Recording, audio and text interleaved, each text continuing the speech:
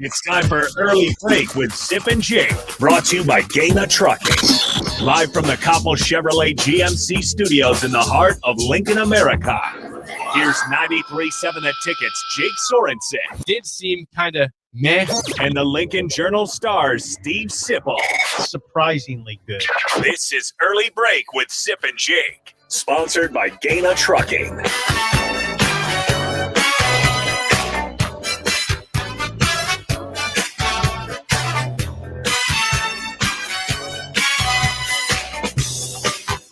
Good morning to everybody out there. It is a great morning across Nebraska, as Nebraska had a pretty good weekend. For what it's worth, this is not Jake Sorensen. You can probably tell by my voice. Jake Sorensen is out on a little bit of vacation, having some fun. I'm Jake Bachman, and Sip is here to carry the normal routine for Early Break. Sip, how'd your weekend go? Good. How are you doing? Oh, I'm doing great. I think everybody in Nebraska is feeling a little bit better. Big sigh of relief, big celebration weekend for Nebraska football. Not only having two players picked in the second round of the draft, that's huge. I mean, compared to where Nebraska's been in the past. Obviously, those players can't go back and win games for you now, which we'll talk a little bit about kind of what all that means. But the bigger news is Mathis has committed to Nebraska.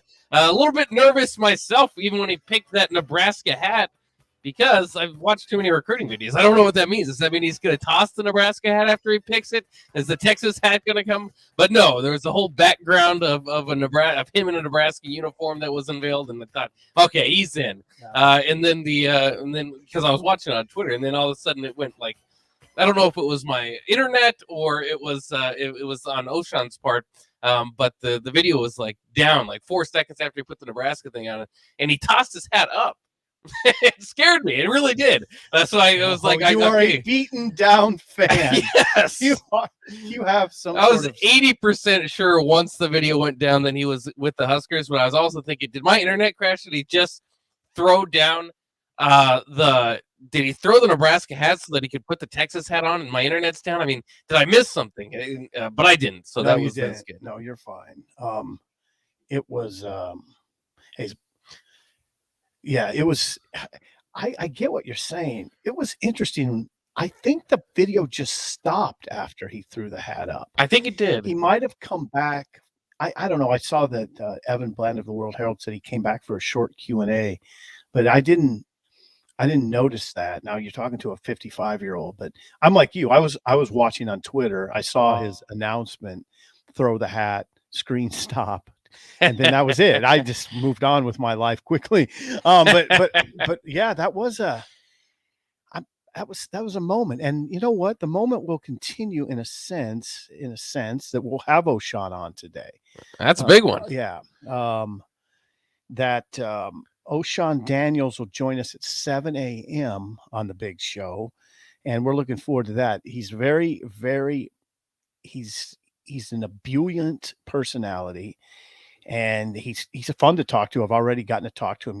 I talked to him yesterday, and he'll have a lot of insight into how this happened, how all this went down, why he chose Nebraska, and now what he's looking for. Well, and I can't wait for that interview because, there are still some kind of questions about how he figures into this thing. Are they going to run more 4-3? It kind of feels like his natural position is a 4-3 defensive end. Well, they were mostly a 4-3 last year. Right. Yeah. I mean,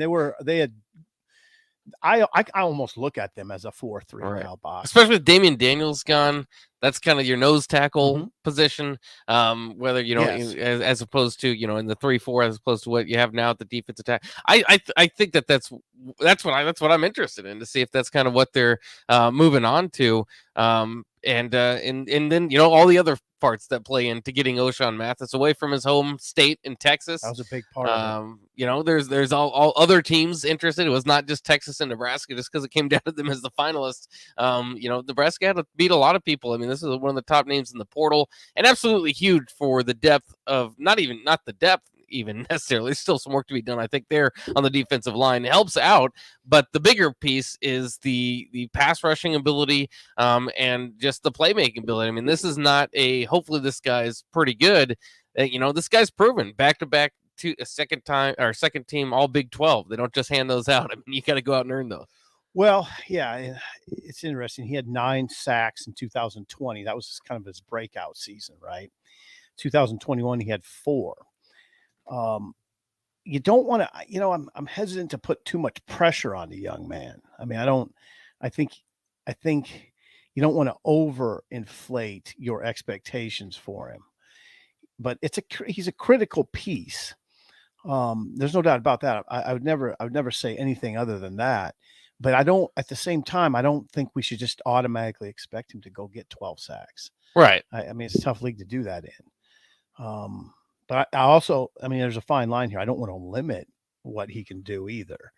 I just know that, it almost, for Nebraska to like close down a recruiting win almost seems surreal of this magnitude of a player, because so often Nebraska's got shut down in these situations, right? Right. He picks that Texas cap or whatever.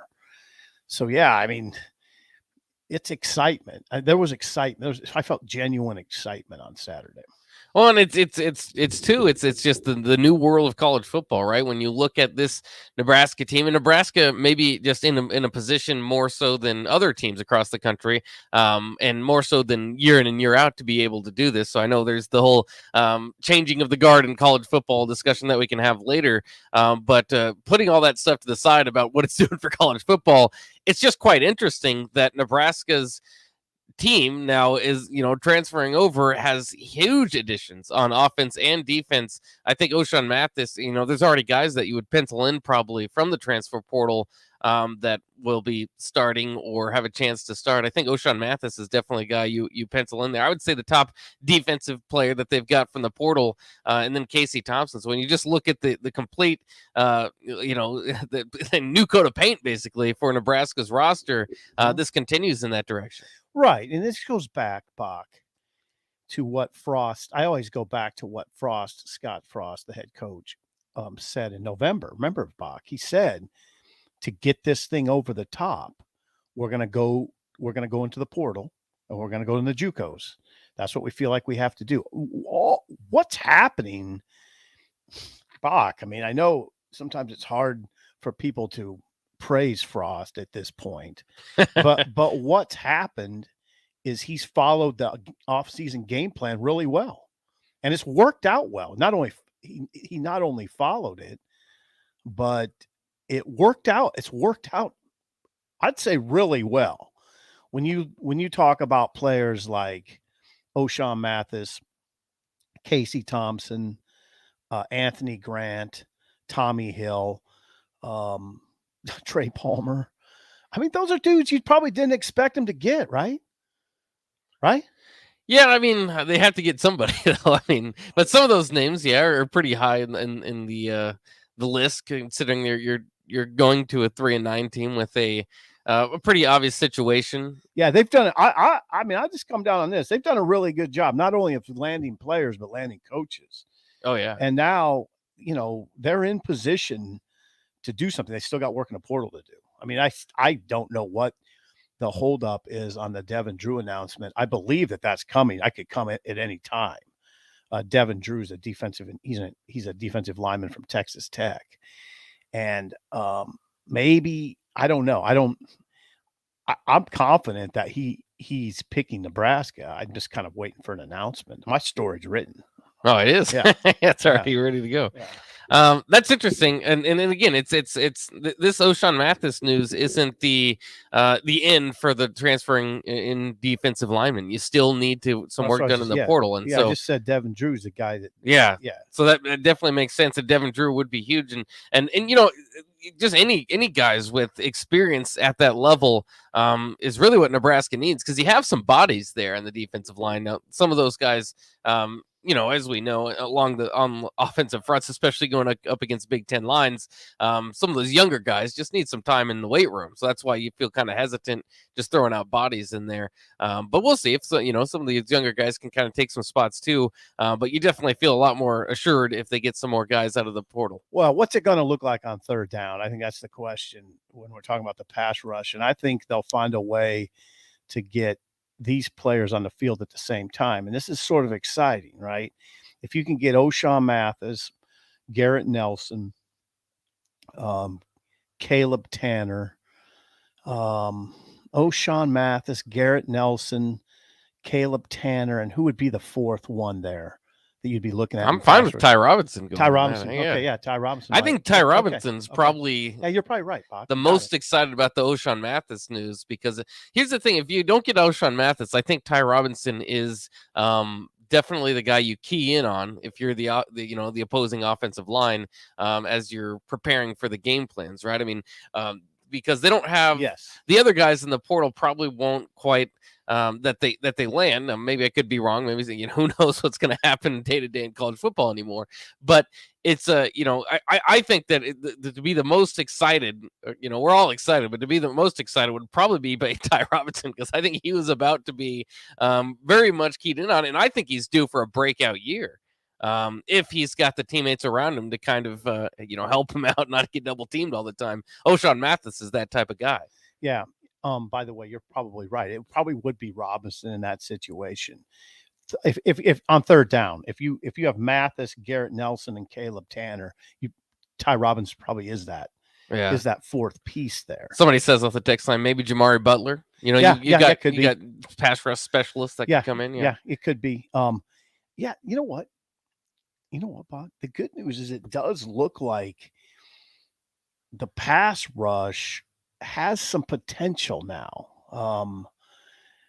And that's probably, you're probably shaking your head going, well, duh. Yeah, they just added a pass rusher. Yeah, but I'm talking about those other guys too. Jamari Butler has shown himself well of late. Blaise Gunnerson has shown himself well of late. Nelson is playing the best football of his career. Tanner, I still believe in. Now, what you're looking at with Caleb Tanner now is probably more of an outside linebacker when he's out there. What I wonder still, Bach, and this is why Devin Drew's important. Hold on, Bob. Just give us 1 second. Is you still got to stop the run in that league. Yeah. And that's, that I think that O'Shawn Daniels will be a 3-down player. I think he'll be on Mathis. The field. Yeah. Oh, I'm sorry. Yeah. O'Shawn Mathis, thank you. Will be a 3-down player who has to stop the run and see what Bob has to say. Yeah, let's head to Bob here on the Honda of Lincoln hotline. Bob, how you doing this morning? Hey, I'm doing all right. How are you guys? Bob, thanks for getting up and calling. What's going down? I just got off of work. Oh, you did? Okay. I just got off work. I haven't been in bed yet. All right. All right. Well, what's on your mind? Hey, did anybody check out the interview that Mathis had? The only interview that I know of that he's had with Sean, and it was with Sean Callahan, 24/7. Has anybody seen that? Yeah, HuskerOnline.com is who Sean works for. What did you hear on that, Bob?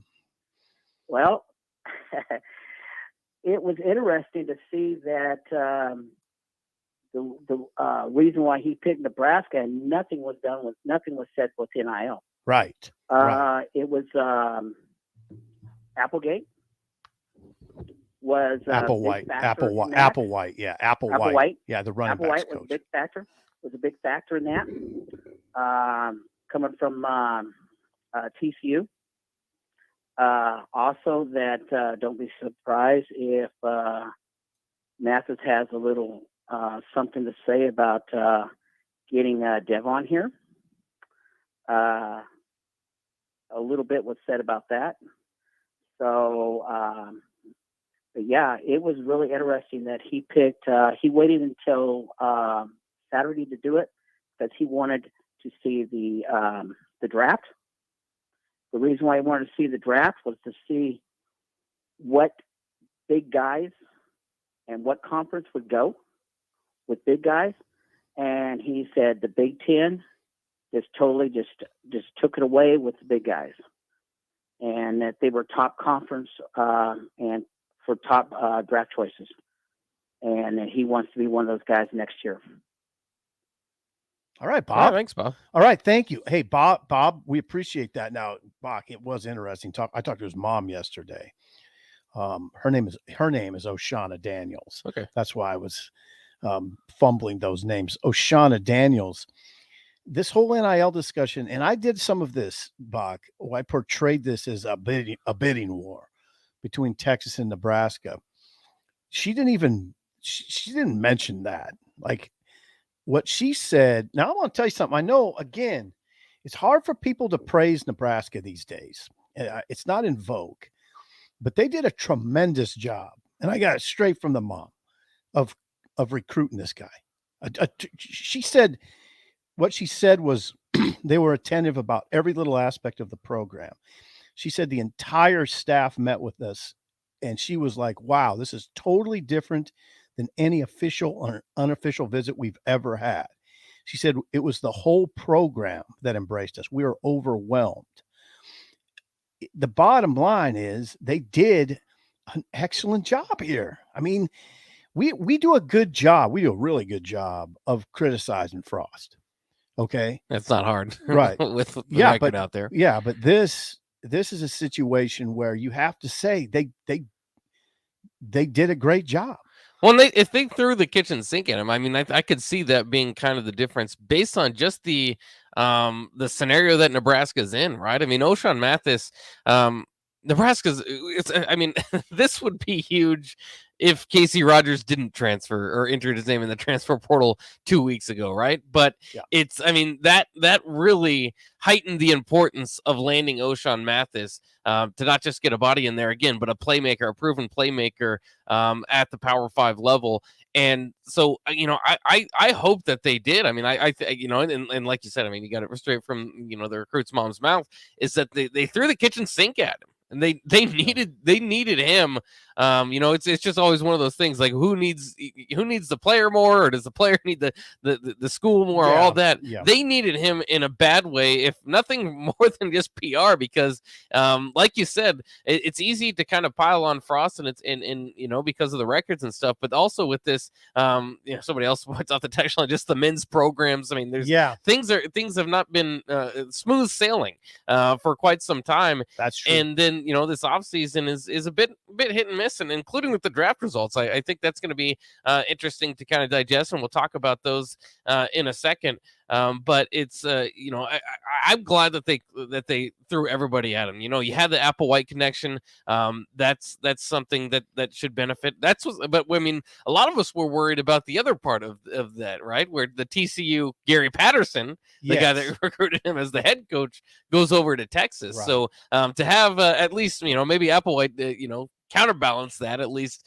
made it not a factor. Good point. Yeah, we're talking about Brian Applewhite, the running backs coach who was at TCU. And we'll ask O'Shawn about that here coming up. O'Shawn Mathis will join us at 7:00. So we'll ask him about Brian Applewhite's impact on his decision and what he has to say about it. Sounds like Bob said that he talked about Devin Drew too, the Texas Tech defensive lineman who hasn't officially announced his choice. I would expect that any day, although guys don't have to announce it ever. I mean, they can just show up, you know. That'd be quite a surprise. Yeah, it's not really in vogue in this world to do that, but it's possible Devin Drew could just show up on campus, you know, in June.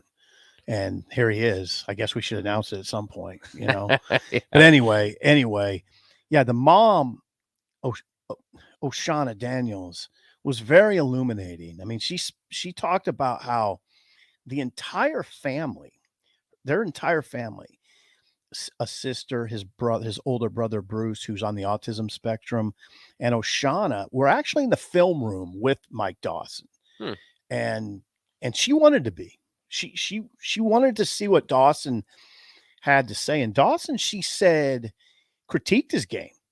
They were looking at games and you know, he said, you did that well there in that particular instance, but this is what you probably should have done. And O'Shawn liked that. O'Shawn Mathis liked that. I mean, she said that he wants that. He wants that critique, that he wants that coaching. And Dawson was very real with him. So yeah, the whole family was in there, and he's very close to Bruce, his older brother, 24-year-old. And Bruce felt very comfortable at Nebraska. So that those were all major factors. I mean, Nebraska made that family feel very, very welcome. And It was a family. It was very much a family affair, although it was O'Shawn Mathis making the decision. His mom was influential, but it was his decision. There's no doubt about that. Well, yeah, and like we said, they're a Texas family, so I mean, if it came down to visiting, going to the games and stuff, that was a big part of this, by the way. And there was a lot of pressure, she said, for him to stay in state. There was. I mean, Manor is his hometown is 20 minutes from Austin. Yeah. And there was a lot of people playing that card down there saying, hey, your mom is right 20 minutes from you here. Yeah. But she had to assure him that, no, you're fine. You go do what you got to do. We'll be fine here. And he felt a lot of relief when she said that. The mom played a big part in this by saying that, look, you got to go. You're 23 years old now. Go do what you do. And she said that he felt a lot of relief when she said that. Well, and I know she's been kind of active on Twitter. I've followed this O'Shawn Mathis case closely, and he's been, obviously, like we said, with the reveal that he had and kind of naming the dates and I mean, just going along with the process, been pretty public about the whole thing. Not necessarily trying to lower expectations or excitement for his decision. And so, some people are, off the text line again, is how come Mathis gets interviewed and treated like the biggest recruit this program has ever had? I have a feeling this is going to be another one of those overhyped players that will leave here and have done virtually nothing. Again, it's because he's a proven player commodity. This is not just, hey, this guy could be great. This guy has done it at the Big 12 level, and you can mock the Big 12 for not having first round draft picks or whatever which way you want to go. But that's a tough league. I mean, that's good. That's a Power 5 league. You don't just get handed all Big 12 honors if you don't earn it, and he's done it twice. Yeah, and as far as the interviews go, the texter, you're off base a little bit there. This station has other players on. Yeah. We have recruits on. I mean, it's, the Lincoln High kid I was just on the other day on another show. We do that all the time here. Yeah. That's not, having O'Shawn Mathis on isn't some sort of departure for us. So no. And you know what? There's a lot of hype. There is, but he is. And part of it's just the need. Right. Right, exactly, Bob. They need a savior on that defensive line, and the other thing is, part of his name is pass rushing. Nebraska hasn't had a pass rusher that you fear for or necessarily game plan too much for since Randy Gregory, Avery Moss on that line. Not really. Not anyone that jumps off the page like this guy could jump off the page. So yeah, now, there's hardly any team out there that couldn't use a pass rusher. Yeah. That's not a Nebraska problem. That's right. That's a lot of people problem. Yeah. There's just not too many guys out there, Pac, that are 6'5" and 260 like this guy and can move like that. Yeah. 6'5", 260. And he's very athletic. So all you got to do is turn on the video. He's put it on film. Yeah. So no, I don't think we're overhyping this. This was a huge transfer portal get. I would say, I don't know, comparing Casey Thompson and this one, different position, so it's hard. But those are the guys. Those are the two main ones, right? One on offense, one on defense. Trey Palmer might be up there. Palmer's up there. Yeah. And then right after that, after Thompson, O'Shawn Mathis, and Trey Palmer. Who you looking at there? Tommy Hill, probably Tommy Hill. Yeah. Could be a starting corner. Yeah. Didn't start the spring game. Braxton Clark started the spring game, yeah, which surprised me a little bit. But I think Tommy Hill could be that guy opposite Quentin Newsom when it's all said and done. I didn't even get to talk to the spring game with you. I also don't know if you know this. I went to the USC spring game. Whoa! Yeah, it was a lot of fun. Really? Yeah. How many people were there? Oh, I think they landed around about 33,000. Not bad. Which was a USC spring game record, yeah. And then it got it was mocked across the college football landscape for not having too much people because they did a national broadcast on ESPN the same day Oklahoma had 75,000. And there's a natural rivalry right now between Oklahoma and USC because sure of Lincoln Riley. Yeah, there sure is. So there's a lot of comparison there, and they always go back to, well, there's things to do in LA, right? I mean, that's why people. I was in LA and I went to the spring game. I thought that was awesome. But I think if you love college football, you'll make it into the spring game. But there is things to do in LA. That always does. Yeah. And you have to travel. It took me an hour plus to get there. You have to kind of base your whole day around it because of the traffic. But it was fun. I had fun. And what I really wanted to tell you or mention was that as far as the NIL stuff goes, they had a tent set up, Caleb Williams tent. You could buy Caleb Williams gear there at the spring game. Obviously with the NIL stuff playing in, USC seems to be doing pretty well. The whole world is blowing up because Jordan Addison, the Blitnikoff Award winner from Pittsburgh, might be going over there. Tampered. Sounds like they tampered. Yeah. Pat Narduzzi doesn't seem to be enjoying it too much. No, because I think they contacted him illegally, essentially. Yeah. Before he's in the portal is what I'm talking about. Not USC wasn't the only team that did. And Bach, I mean, we don't need to get in this. In fact, we may do this yet tomorrow. The issue I have with this is this. Think about it. If the LA Lakers wanted Ja Morant in the NIL world, they could just go offer him a pile of money today and take him. Mm-hmm. But the NBA parameters and regulations prohibit that. Right. That's what I'm saying. Why is it okay for a team like USC just to go in and offer a pile of money to Pitt's best player and him leave?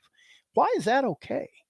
And don't say to me, well, Sippl, that's the way it works in the pros, because that's not the way it works in the pros. Right. The Lakers can't just offer Ja Morant a bunch of money today and say, come join the Lakers. Yeah. You understand that? Yeah. I think the So people say free market, free market. It's not. No. That's not what this is about. It's about the lack of regulations. Right. And I think most people, even, there's different opinions on that. Again, we'll get to this a little bit later. But it's I think most people, whether you're for or against the whole thing or kind of feel, it's definitely taking college football to a different place. And for some people, that's enough to dislike it. But I think almost everybody agrees there needs to be some sort of guardrails or some, a little bit altering done. This is not the perfect system quite yet. No, I'm all for players getting paid, but the way this is happening, man. Anyway, we don't need to go down that road today. Yeah. A lot of other roads to go down. Yeah, in fact, a fun road to go down to next, or maybe it's not, because it kind of talks about how it reflects on Nebraska, but 2 players picked in the first 2 rounds. In fact, the second round, Cam Taylor-Britt and Cam Jurgens. Also, Samari Toure picked late. So we'll talk about kind of what that means on reflecting on Nebraska's program, as well as the fact a couple of those guys that didn't get drafted. I mean, those got a pretty good group there, too. So we'll talk about that next here on Early Break with Sip and Jake on 93.7 The Ticket.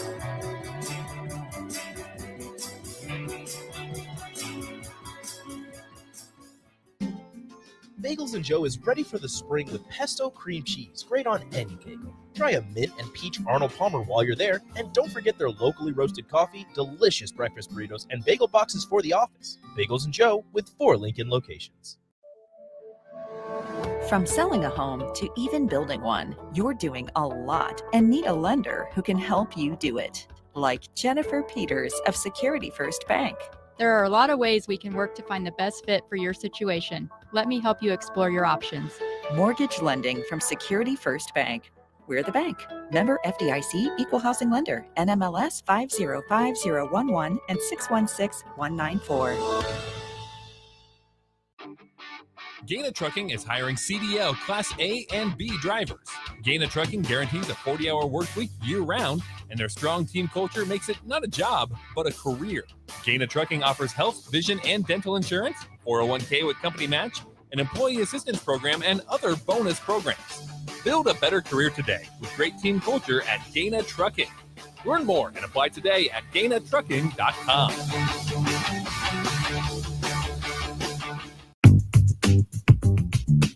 Sandhills Global is hiring. Check out sandhills.jobs for more information. Sandhills is looking to fill hundreds of new openings in sales, traveling support, software development, web design, and more. Sandhills has a professional culture and is fast-paced with a focus on growth, innovation, and leading-edge technologies. Career and internship opportunities are available at our global headquarters in Lincoln, Nebraska. Apply today at sandhills.jobs.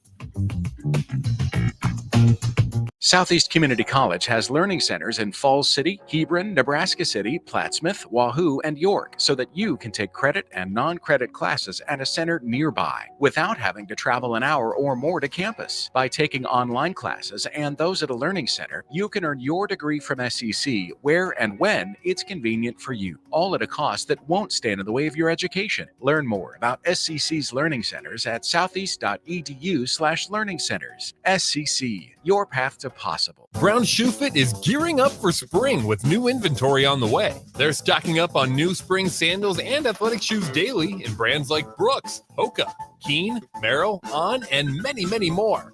Browns has the local professionals to get the proper fit, aided by their high-tech foot scanner by Atrax. Spring is the season to be active and busy. Don't let your feet lose their support with old rundown shoes or sandals. Stop by Brown's Shoe Fit today, just south of 66th and Q in Lincoln. Hi, this is Dave Osted from Osted's Golf. Let us make this your best season yet. Voted a top 100 fitter by Golf Digest, our master fitters have been trained by the same guys that build clubs for PGA pros like Rory, Tiger, DJ, and Jordan. Have old clubs? Trade them in Osted's Value Guide, or have our club specialists get your clubs swinging like new. Go to our website and make your fitting appointment. You're a click away from a better golf game. Play better, have fun, and shop Osted's. Working at Continental in Lincoln isn't a job, it's a career. And right now they've raised wages again and they're hiring for production operators at $22.07 per hour and other select jobs starting at $23.77 per hour, with wages growing up to $29.71 per hour. Continental also has salary jobs available and great benefits, plus medical and prescription costs at very low premiums. Dental, vision, and life insurance are offered at no premium cost to the associates. To learn more or to apply, go to continental-jobs.com with keyword Lincoln. Come work at Continental today. Did you know that the U.S. has added over 1,100 new breweries in the last 18 months? Learn more by shopping at Myers Cork and Bottle, 13th and South, and by tuning into Thirsty Thursdays with Kevin Myers, because sports are better with a drink in your hand and a friend at your side. This good morning, little brother. is Early Break with Sip and Jay, brought to you by Gaina Trucking. Weekday mornings from 6 to 8 on 93.7 The Ticket and theticketfm.com.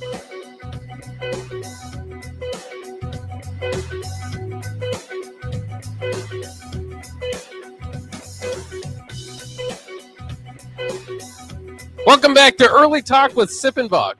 That's what Jeremy wants to call it that. It's a little bit different than Sip and Jake. I'm still Jake, though, so we can still do Early Break. I'm just not Sorensen. Wait a second, Bach. You like that one? Early? Yeah, you threw me for a loop. So I was like, oh, God, you got the name wrong of the show. No, you didn't. Early Talk with Sip and Bach. Yeah. Where we have Bach and forth. Yeah, I was gonna say that might replace Bach and forth. Your favorite. That's my favorite. Bach and forth. Reminder: we do have O'Shawn Mathis, the newest Nebraska commit, set to join us around 7:00. So don't go anywhere. Don't change that dial, as we've got plenty still to talk about till we get there, including the NFL draft.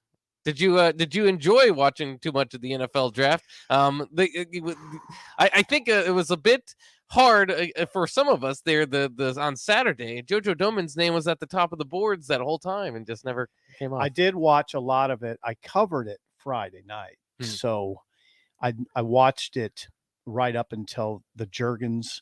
Until Jurgens was selected 51st overall, second round. And then shortly after that, Cam Taylor-Britt went, and then I was writing. So I didn't see the rest of Friday night after that.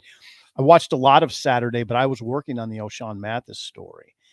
But I saw enough of it. I saw a lot of it. I like watching the draft. I was gonna say Saturday's supposed to be just kind of background noise because a lot of it's guys you don't know or Are you sure about that?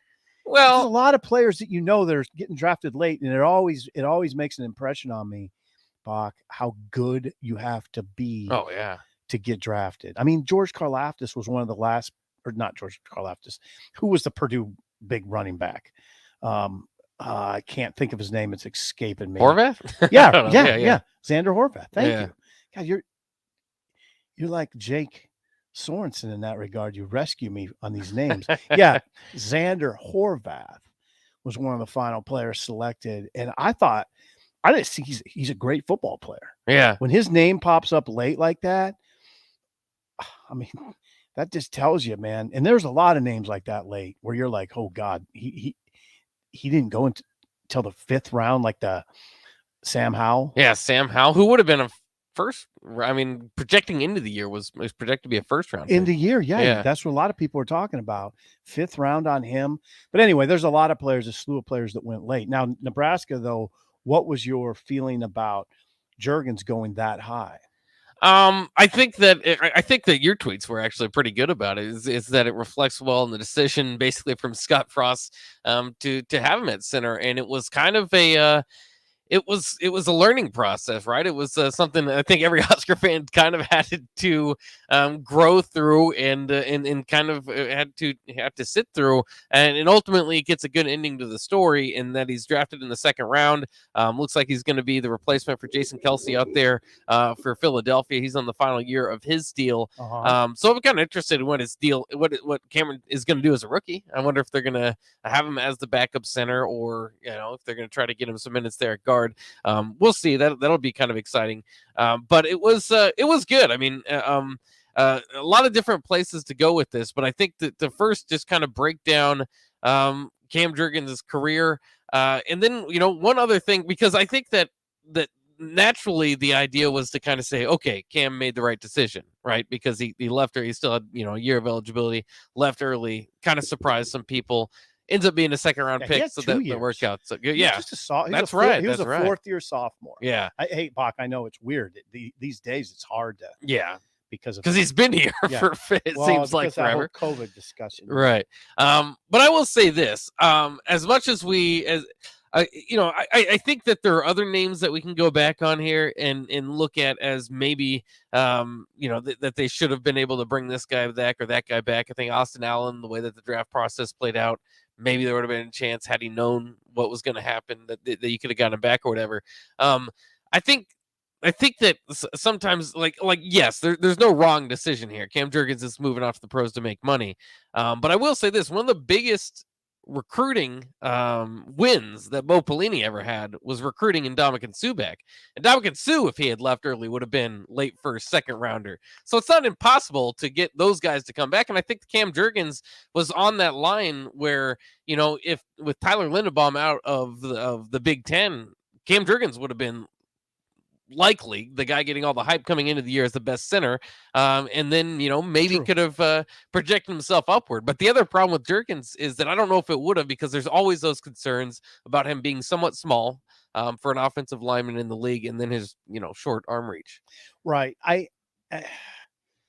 That decision he made, I just don't. Bach, I kind of come from the angle of, hey, he played 4 years in the program. I mean, in a normal world, a non-COVID world, you get 5.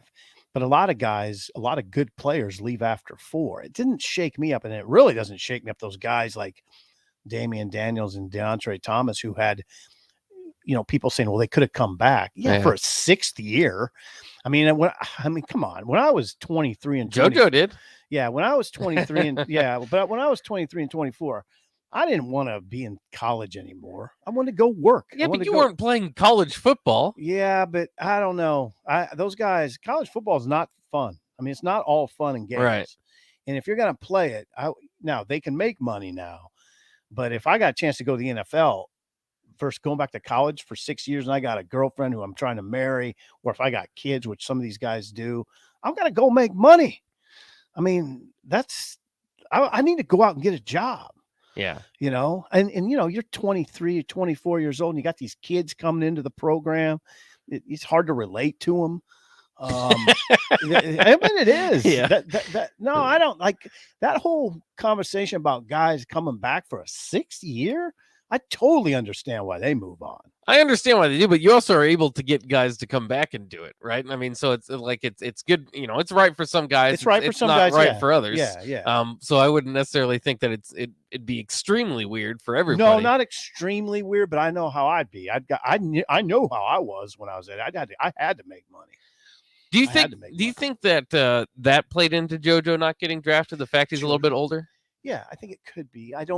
It's not. I think the injury maybe plays a Yeah. part in that.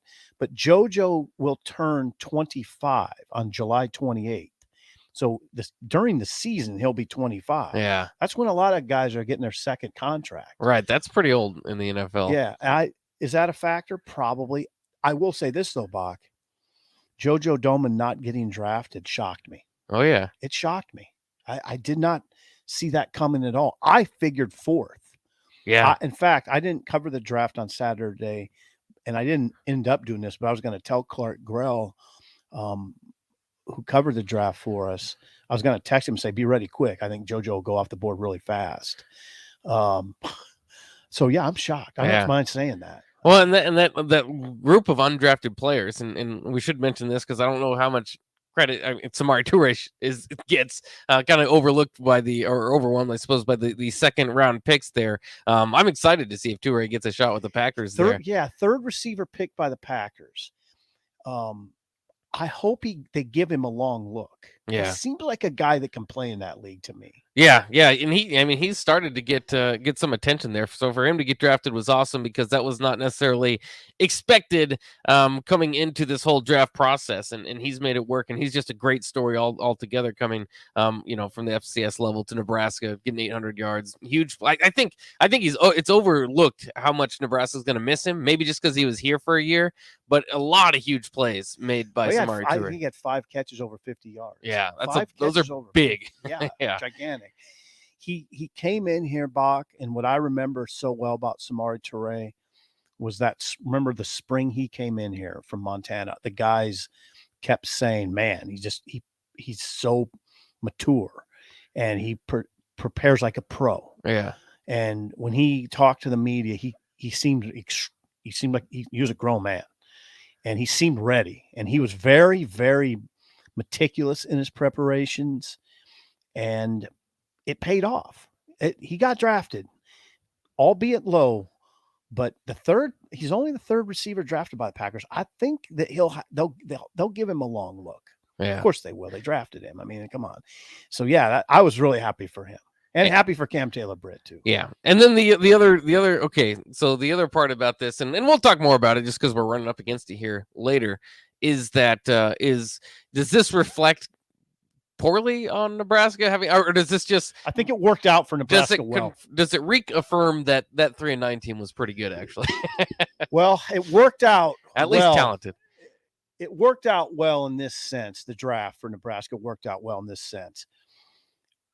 Getting 2 players drafted in the second round, I thought, okay, if they have a big day, okay, that was Friday night. If they have a big day on Saturday, they get 4 more guys drafted. People are going to say, what the hell? How did that team finish 3-9? It worked out for Nebraska in that didn't happen. It almost is like, I mean, I would have liked for those guys, for their sake, to get drafted, but this almost worked out well. I think, you see what I'm saying? Yeah. If they would have had another pile of guys drafted on Saturday, I've maintained all along, Bach, that the coaching staff did not maximize that team. Yeah. But it's a complicated discussion. It's complicated by I don't know. It's the hardest schedule I've seen covering Nebraska in 30 years. I mean, that's the hardest schedule that they've had. I've covered it for really over 30 years.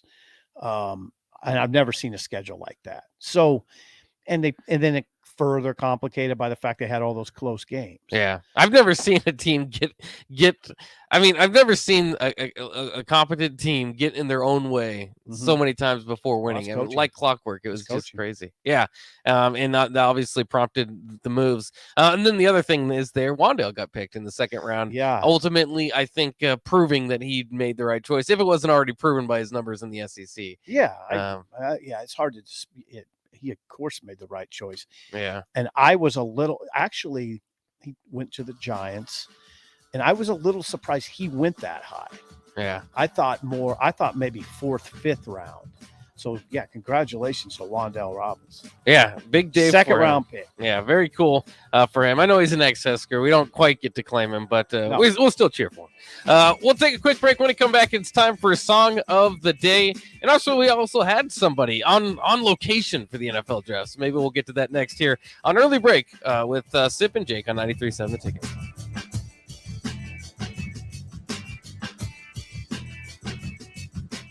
93.7 The Ticket. Fox KFXL weather. Sponsored by Security First Bank. A relationship you can count on. Cloudy skies with rain moving in by late this morning into this afternoon. We'll see a high of 48 with falling temperatures this afternoon and northeast winds at 15 to 20. Rain slowly moves out tonight with a low down to around 40.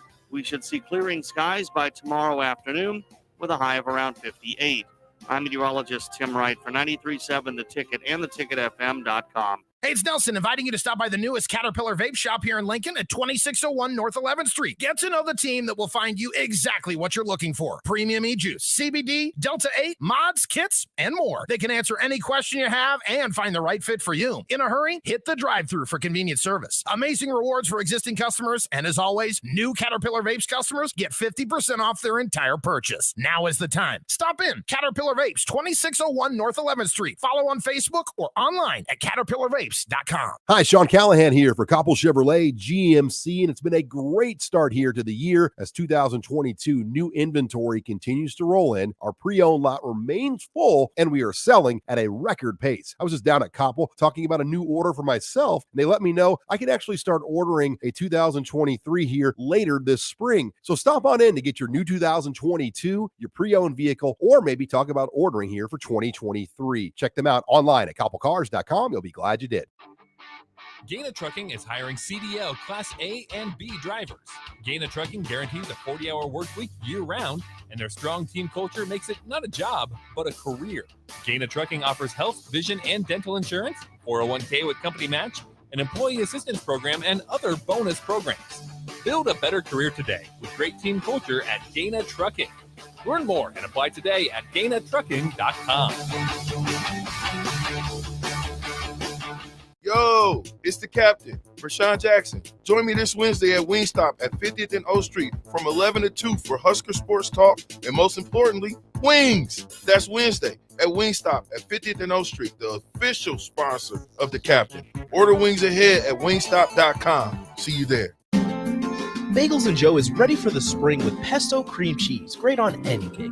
Try a mint and peach Arnold Palmer while you're there, and don't forget their locally roasted coffee, delicious breakfast burritos, and bagel boxes for the office. Bagels and Joe with 4 Lincoln locations. People always ask, what are Jake and Sip like when they're off the air? Well, the answer probably won't surprise you. Hey, Jake, your Honda's looking a little dirty. Says the guy whose license plate is barely visible. I mean, do you even care about that thing anymore? It gets a little uncomfortable. Now, that's when I jump in. Hey, whoa. Mark, did you get a new car? Nope, just took my car down to Nebraska Auto Detail. Joe and the staff made the outside and the inside look amazing. Maybe you guys need to go. Okay, wise guy. Settle down, Jake. Call Nebraska Auto Detail today at 402-601-5086. Brown Shoe Fit is gearing up for spring with new inventory on the way. They're stocking up on new spring sandals and athletic shoes daily in brands like Brooks, Hoka, Keen, Merrill, On, and many, many more. Browns has the local professionals to get the proper fit, aided by their high-tech foot scanner by Atrax.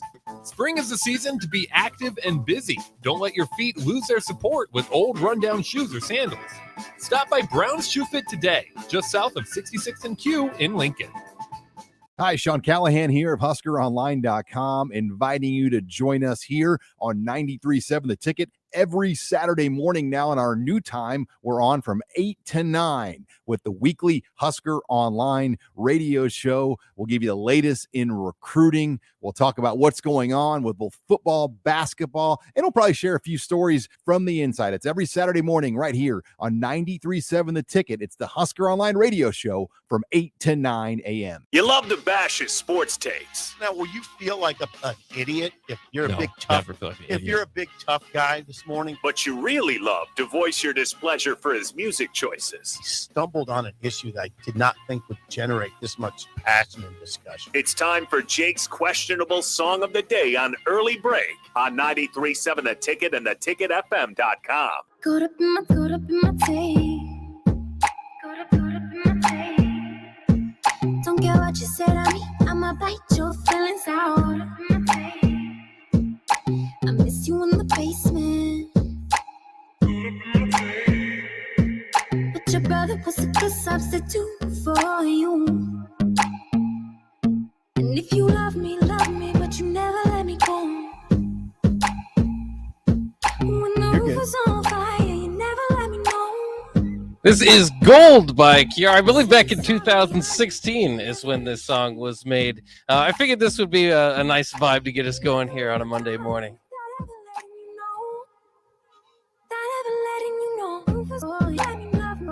All right, repeat the chorus here. I don't know what she's saying. I don't think she's saying anything. I think it's just one of those mixes there, or just a reverse of saying something. I don't know what it's saying.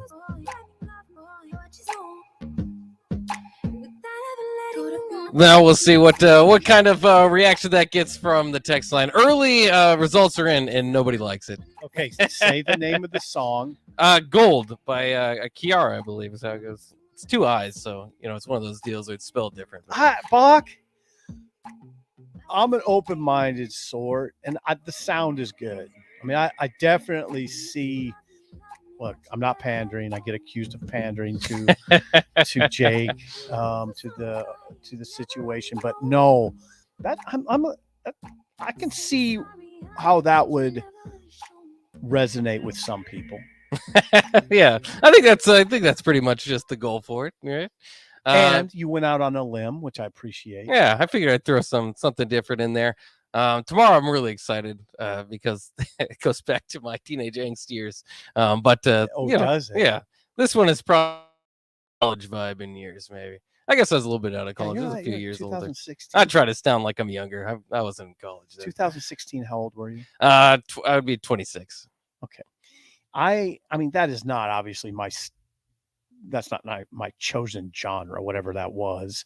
But again, creativity is going to bump up the score. The sound is good. I can give that a 6 and feel fine about it. All right, that yeah. a 6. I'll I'll give that a 6.0. Text line, then we'll get to Gus, our fabulous EP. All right, Bird in Columbus gives it a 0.0. That's pretty good. Grandpa Rick gives it a 5. That's about as good as I can get. Somebody else says no rating, absolutely terrible. Mike in Kansas says not great, 4.1. Somebody accuses me of being high, calls it trash, and then gives it a 9 out of 10. So I'm confused about that one, but we'll keep that one going. Somebody asked if you can give it a negative score. Lewer gives it a 4. Cam in Valparaiso says talk about ruining vibes, 0. Someone else gives it unique, 7. Unique. So that's good. That's good. Roger says have a good week, dudes. Age 59, 4.0.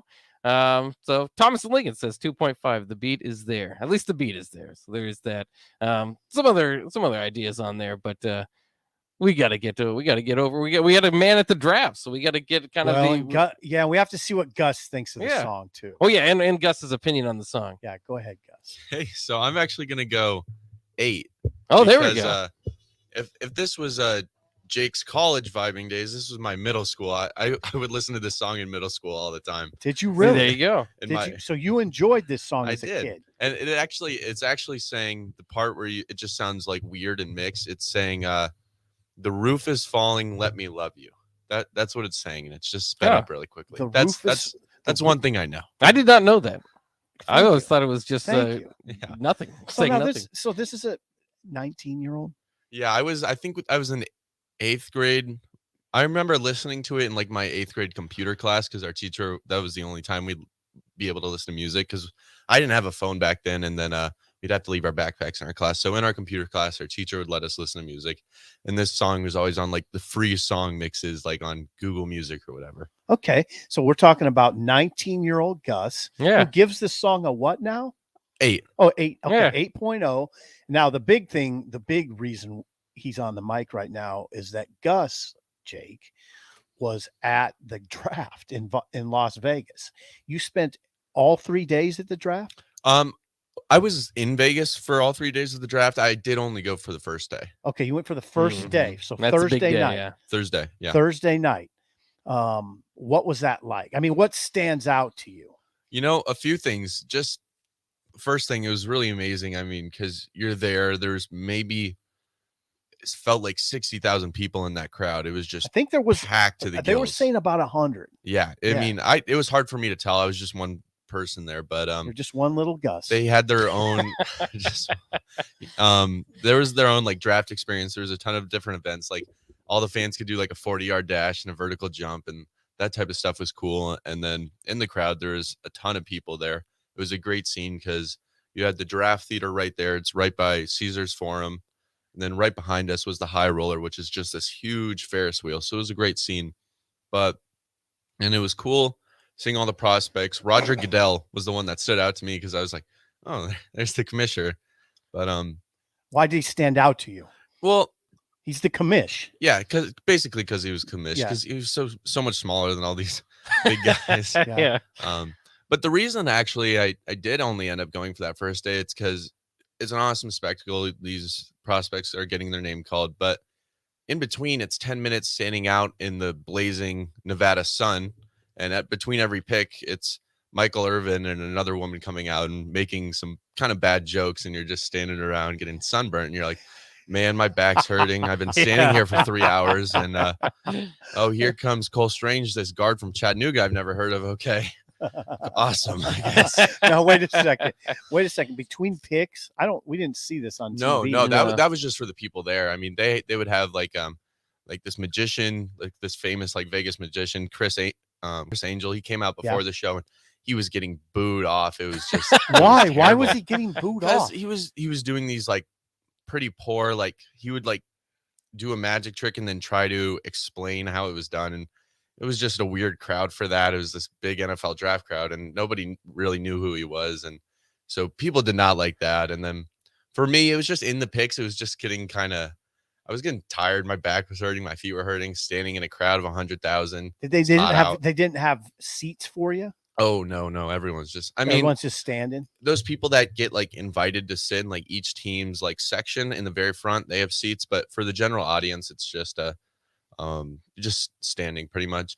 And then the whole place smelled probably like what PBA did when Snoop Dogg came to town. You know what I'm saying? Yeah, I know what you're saying. Yeah, I wouldn't have guessed that. That got a little tiring. No, I didn't know that either. Yeah, I would. Well, now that because it's legal in Vegas. Yeah. So yeah, what you're telling me is fascinating. I had no idea they would have those things between picks because you didn't see that on TV. It was bad enough on TV sometimes the way they would try to entertain you, which it's a difficult job. All those picks, you got to get somebody else. And it's just, but after, some of those guys are just grandstanding up there and you're like, just tell us the pick. We don't care who you are. Just tell us the pick. Yeah. There was a lot of, seriously, it got frustrating with some of them. Yeah. There was a lot of, we'd see on the big screen, like, the pick is in and they'd be talking for another 2 or 3 minutes and you would just hear screams like, get to the pick, just tell us what it is. And what did you enjoy most about Las Vegas, the city? Just kind of like, it felt so big. Like, you've never been there. I haven't. And I've been to other big cities. I've been to New York, Chicago. So I wasn't like overwhelmed by how big it is or how tall the buildings were, but just like, it felt kind of important. There was a lot of celebrities in town, especially for the draft. I went to a pretty big boxing match. There's a lot of celebrities there, like Canelo Alvarez. Bud Crawford was there. Ezekiel Elliott was there. Wow. Whoa, what boxing match? That was Siobhan Stevenson versus Valdez. I can't remember Valdez's first name, but it was the I can't remember the division, but they were both undefeated champions. They were unifying the belt. It was pretty big. Where was that? That was at the MGM Garden Arena. So that was a pretty sweet. You saw a pro boxing card at MGM Garden Arena. That's a way to do Vegas. That is a good way to do it. Man, youngster, that's a big week. How was the crowd at that? Was it packed? Oh yeah. And there was a lot of Valdez. He's a Mexican fighter, and it was, I'd say, almost majority like going for him. Like a lot of Mexico chants. I mean, when he announced them, it was just going crazy. So it was a cool experience. And those boxing crowds can get a little, little heated. You know, people yelling at each other, different nationalities sometimes. One other story I have is I went to, the reason I was out there, draft of course, but I had family out there who allowed me to stay with them. And that's kind of the reason I went. They took me out to a nice steakhouse because they knew the owner there. And we were sitting down. They kind of sat us in the nicer section because they knew the head chef. And as I'm walking to our table, the table right next to us, I look to our left. There's this fighter, a UFC fighter, and he just has his bantamweight championship belt out on the table. I'm just like, you got it, no way. And it ended up being Aljamain Sterling, who's the bantamweight championship in the UFC. So I was able to get a picture with them, and that was just like mind blowing. That's awesome. Yeah, that is mind blowing. It's interesting. He put his belt out there. Oh yeah, he wanted people to know. Yeah, you know, I think he won his title fight in Vegas a few weeks ago and never left. That's pretty cool. Good. Hey, good stories. Yeah, thank you. Yeah, Gus. fascinating stuff. That's good. Vegas is always a good time if you can make it out there. Let's take a quick break. When we come back, on the other side of the break is O'Shawn Mathis, the newest Nebraska commit. We'll talk to him next year on Early Break with Sippl and Jake on 93.7 The Ticket. Husker fans, continue to support the Nebraska softball team during Fan Appreciation Weekend this Friday through Sunday. The team hosts Indiana in a 3-game series with giveaways each day. On Friday, the first 500 fans receive a water bottle. Come out Saturday and be one of the first 500 fans to receive a blanket. And on Sunday, if you're one of the first 500 fans, you'll get yourself a pint glass. For more information on the game, visit Huskers.com. Get your single game tickets now at Huskers.com or call 1-800-8-BIG-RED. Bagels & Joe is ready for the spring with pesto cream cheese, great on any cake. Try a mint and peach Arnold Palmer while you're there, and don't forget their locally roasted coffee, delicious breakfast burritos, and bagel boxes for the office. Bagels & Joe with 4 Lincoln locations. People always ask, what are Jake and Sippl like when they're off the air? Well, the answer probably won't surprise you. Hey, Jake, your Honda's looking a little dirty. Says the guy whose license plate is barely visible. I mean, do you even care about that thing anymore? It gets a little uncomfortable. Now, that's when I jump in. Hey, whoa. Mark, did you get a new car? Nope, just took my car down to Nebraska Auto Detail. Joe and the staff made the outside and the inside look amazing. Maybe you guys need to go. Okay, wise guy. Settle down, Jake. Call Nebraska Auto Detail today at 402-601-5086. Sandhills Global is hiring. Check out sandhills.jobs for more information. Sandhills is looking to fill hundreds of new openings in sales, traveling support, software development, web design, and more. Sandhills has a professional culture and is fast-paced with a focus on growth, innovation, and leading-edge technologies. Career and internship opportunities are available at our global headquarters in Lincoln, Nebraska. Apply today at sandhills.jobs. Beatrice Bakery. They ship cakes all over the country. True story. But take a look inside their shop and you'd have no idea. This is a Nebraska product through and through. Not some massive production plant. Local people making delicious cake just for you. So go see them in their new storefront location in downtown Beatrice. Grab some grandma's fruit cake, some chocolate rum cake, or my favorite, the turtle nut cake. And say hi to Rick and the crew. Beatrice Bakery. Online at beatricebakery.com. Welcome to our world of yum. There's not many things worse than having plumbing issues at your home or business, but it's even worse if the problem isn't fixed correctly. Select Plumbing gets it right the first time, and they specialize in several things: general plumbing, water heaters, faucet and fixture repair, underground sewer and water repairs, backflow testing, and more. Keep your property free from leaks and other issues. Call today for a free estimate at 402-560-6197. Plus, they're hiring service plumbers. Contact Select Plumbing to inquire at 402-560-6197. Working at Continental in Lincoln isn't a job, it's a career. And right now they've raised wages again and they're hiring for production operators at $22.07 per hour and other select jobs starting at $23.77 per hour, with wages growing up to $29.71 per hour. Continental also has salaried jobs available and great benefits, plus medical and prescription costs at very low premiums. Dental, vision, and life insurance are offered at no premium cost to the associates. To learn more or to apply, go to continental-jobs.com with keyword Lincoln. Come work at Continental today. Hi, Sean Callahan here of HuskerOnline.com, inviting you to join us here on 93.7 The Ticket every Saturday morning now. In our new time, we're on from 8 to 9 with the weekly Husker Online radio show. We'll give you the latest in recruiting. We'll talk about what's going on with both football, basketball, and we'll probably share a few stories from the inside. It's every Saturday morning right here on 93.7 The Ticket. It's the Husker Online radio show from 8 to 9 a.m. Bagels and Joe is ready for the spring with pesto cream cheese, great on any cake. Try a mint and peach Arnold Palmer while you're there, and don't forget their locally roasted coffee, delicious breakfast burritos, and bagel boxes for the office. Bagels and Joe with 4 Lincoln locations. This is Lincoln's home for sports talk on the FM dial. Also online at theticketfm.com. On the internet, KNTK FM Firth, 93.7 The Ticket. Wake up, Lincoln. Come on, it's 6 o'clock. Rise and shine, rise and shine. It's time for Early Break with Sip and Jake, brought to you by Gaina Trucking. Live from the Coppell Chevrolet GMC studios in the heart of Lincoln, America. Here's 93.7 The Ticket's Jake Sorensen. Did seem kind of meh. And the Lincoln Journal-Star's Steve Sippl. Surprisingly good. This is Early Break with Sip and Jake, sponsored by Gaina Trucking. Happy Monday to everybody out there. This is the second hour of Early Break. Once again, Jake Sorensen out for just today and tomorrow. So I'm Jake Bachman. I'll be stepping in. Sip is here as always, and we are celebrating a wonderful weekend. A couple Huskers drafted in the NFL draft. And, of course, the big news, O'Shawn Mathis, the big defensive in transfer from TCU, picks the Nebraska hat, throws it up in the air, and everybody is excited with him. And we are more than excited to have O'Shawn Mathis now join us now on the Honda of Lincoln hotline. Good morning, O'Shawn. How are you doing? Are you there? Do we have him? Are you still there, O'Shawn? Looks like we might have to try to reach out and get him again. We'll put the music back up and just wiggle for a while. We had him on the line. Yeah. Let's see if we can get him back. Yeah, at least he's awake. We talked to him. We confirmed he's still, awake. O'Shawn still has a class to complete. Does he? At TCU. Yeah, he's getting that done this week. And you know what? He'll get his degree.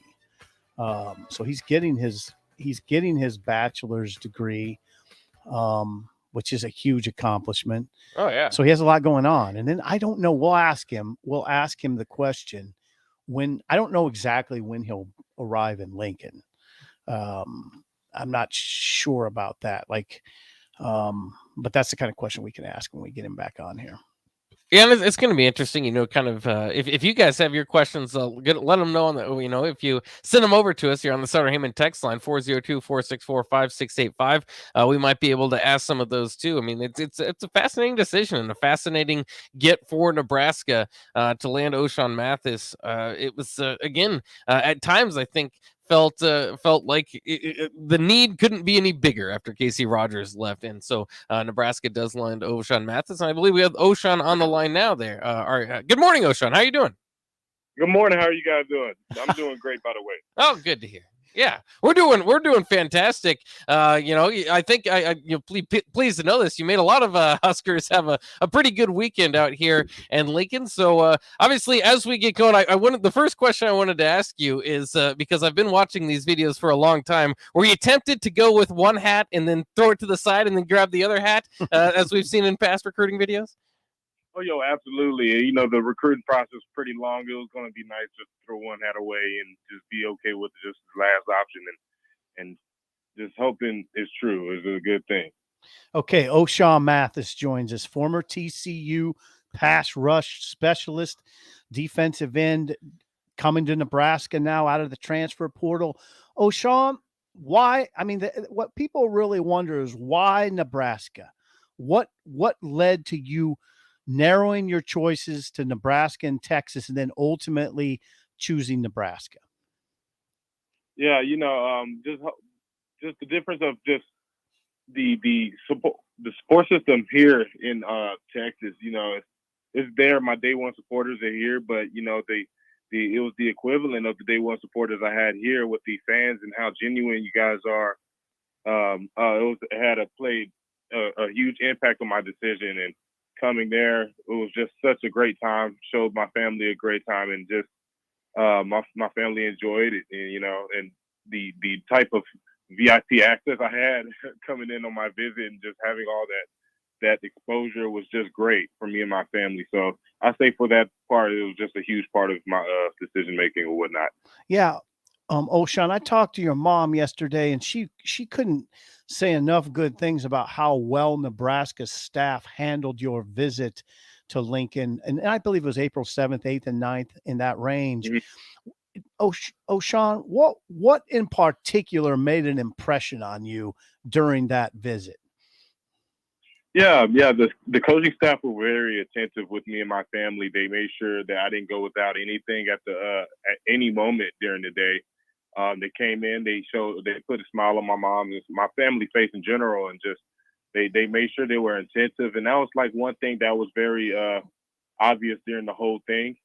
And it didn't have to be, it could have been forgotten, but they did a really good job with doing so. So I feel like that was a great thing for them to show me and my family. Yeah, and a lot of times around here, what kind of a mantra is just get them to Lincoln, because a lot of people don't, if you have never been to Lincoln, you might think it's just a cornfield in a football stadium. Were you impressed by the spring game? Were you impressed by just the fact that there might be a little bit more to do than Lincoln than chucking corn? Oh yeah. Coming to Lincoln, like I said, I believe that it was just a cornfield out there or whatnot, but down, it was just a great time, and just coming and seeing the team was one of my biggest priorities. And whenever it came, I was impressed. I seen the leadership role, everything resonated in it. I was able to personify all the stuff and just take it in. And I say they set the bar right away, and obviously the Huskers came out on top. So you're from Manor, Texas. And what your mom said was that there was some pressure from people down there for you to stay in state. How much pressure did you feel, and how was that pressure alleviated? Yeah. Whenever I went to the official visit at Texas and I had the opportunity to go there, I say for the Nebraska, for one, had set the high bar. So I went there with a chip on my shoulder, and having the Day One supporters come out and see me and congratulate me on my experience in playing football had almost had me just churning, just wanting to go and just play for my day ones. But I knew what was most important was with me going to getting the experience of getting out of state and go playing for another school outside of state with some other supporters that are also just like my day one supporters, which is Husker Nation. Okay. Obviously, being at TCU, you now some of the coaching staff has branched out to Texas and to Nebraska. Did those relationships play a factor into those being your finalist and your final decision? Yeah, absolutely. Coach Applewhite was a running back coach here at TCU, and having that opportunity to bond with him for a good 2 years, it was more of a chance to just get a familiar face with a new program. And I had like 3 other schools that didn't have that. So the last 2 was resonating around that. So that did play a huge part of my decision, I could say. Sean Mathis joins us on early break. Sean, you're heading into the Big Ten from the Big 12. Is there what kind of adjustment do you anticipate? How much different are those leagues, if they're different at all in your mind? How do you assess that part of this? One thing I can say for sure is that the Big Ten, they put up numbers and they come out with the best competition, and just having the big linemen like Big Ten has, I feel like my film would look great with just coming to the Big Ten and dominating with these type of guys and getting the type of film I need with these type of guys. It's obviously different from the Big 12. Big 12 has speedy type guys, which has gotten me better with speed. Mm-hmm. I was just working with strength with the Big Ten guys. Where does your confidence come from? And what allows you to come from a place where you say you think you can come in and dominate? Why? Where does your confidence come from? Yeah, the confidence was just built up from humble. I've been humble for a long time, Mm-hmm. and just being able to see the progression through that type of lens, it let me know that I'm a whole lot more, and I have to just, in order for me to do my best in whatever I do, I have to, and most importantly, just believe in myself and go by that. What my mom has told me was just believe in myself, and that's one thing I'm going to go by. And getting the opportunity to go to Big Ten, it does nothing but put a chip on my shoulder, but also it allows me to play with fanatical effort at the end of the day. O'Shawn Mathis, the newest Husker commit here with us, of course, the big-time transfer from TCU. I did want to ask you about, I mean, a lot of the attention that you get is because of your sack numbers that you put up there in a Horned Frogs uniform. Do you embrace that? Do you think that that's kind of the leading part of your game, or do you want people to know that you're more than just a sack rush specialist? Oh yeah. I would like to just concern about the fact that I'm an all-around guy. Yeah, I might be tall and a little bit on the lighter side of things, but I just want you guys to know that I can also play in coverage. I can play linebacker a bit. I can play the edge and a little bit of 4-eye or whatnot. Just playing with all that type of stuff. Of course, sack numbers matter and all at the end of the day, but I'm also able to move around on the field as well. Okay, O'Shawn Mathis joins us. O'Shawn, what's next for you? You made the big decision on Saturday afternoon, 3:00, when you chose that Nebraska cap. Now you're still at TCU, right? But when do you plan to arrive in Lincoln? The arrive time, I believe, is on the 20th or the 21st of May, and I believe I've seen something yesterday. I have to talk to the coaches more about it after graduation, and I believe it's around that time where workout starts. So that's the time I'm planning on being there. Okay, so you are getting your degree at TCU, a bachelor's degree at TCU, just wrapping that up, correct? Absolutely, yes. All right, congratulations on that. Yeah, that's the biggest part of all of this, and so that's awesome. Also, O'Shawn Mathis joining us here. I did want to ask too about the success of this Nebraska defense, the black shirt defense last year. Did that play into your decision making as well? Kind of what Eric Shenander has been able to put on tape here the last couple of years, getting this black shirt defense ready. Yeah, absolutely. Coming in and just watching film on the first. I mean, the guys. The DNs that are there now, seeing the numbers they put up and seeing the difference of what other schools have put up numbers or whatnot, and having the opportunity to play in the Big Ten along with guys like that with good leadership was one of my biggest things. And not necessarily going into something that's a whole full rebuild, and having that type of opportunity to come in and play with guys with that type of role is going to be a huge impact on my playing ability. And as long as me coming with that type of energy and helping their playing ability as well. So most importantly, I feel like the plays they've shown and everything else has had a huge impact on my decision.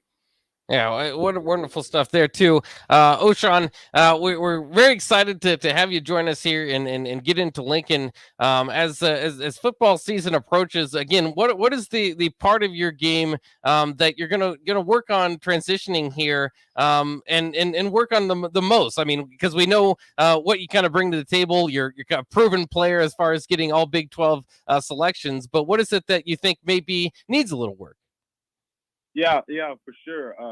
I could say for a standpoint is just technique, hand movement, coming off with the fanatical effort, of course, and since getting out of a reading type school, a reading scheme, being able to come off the ball and not having to think as much with playbook.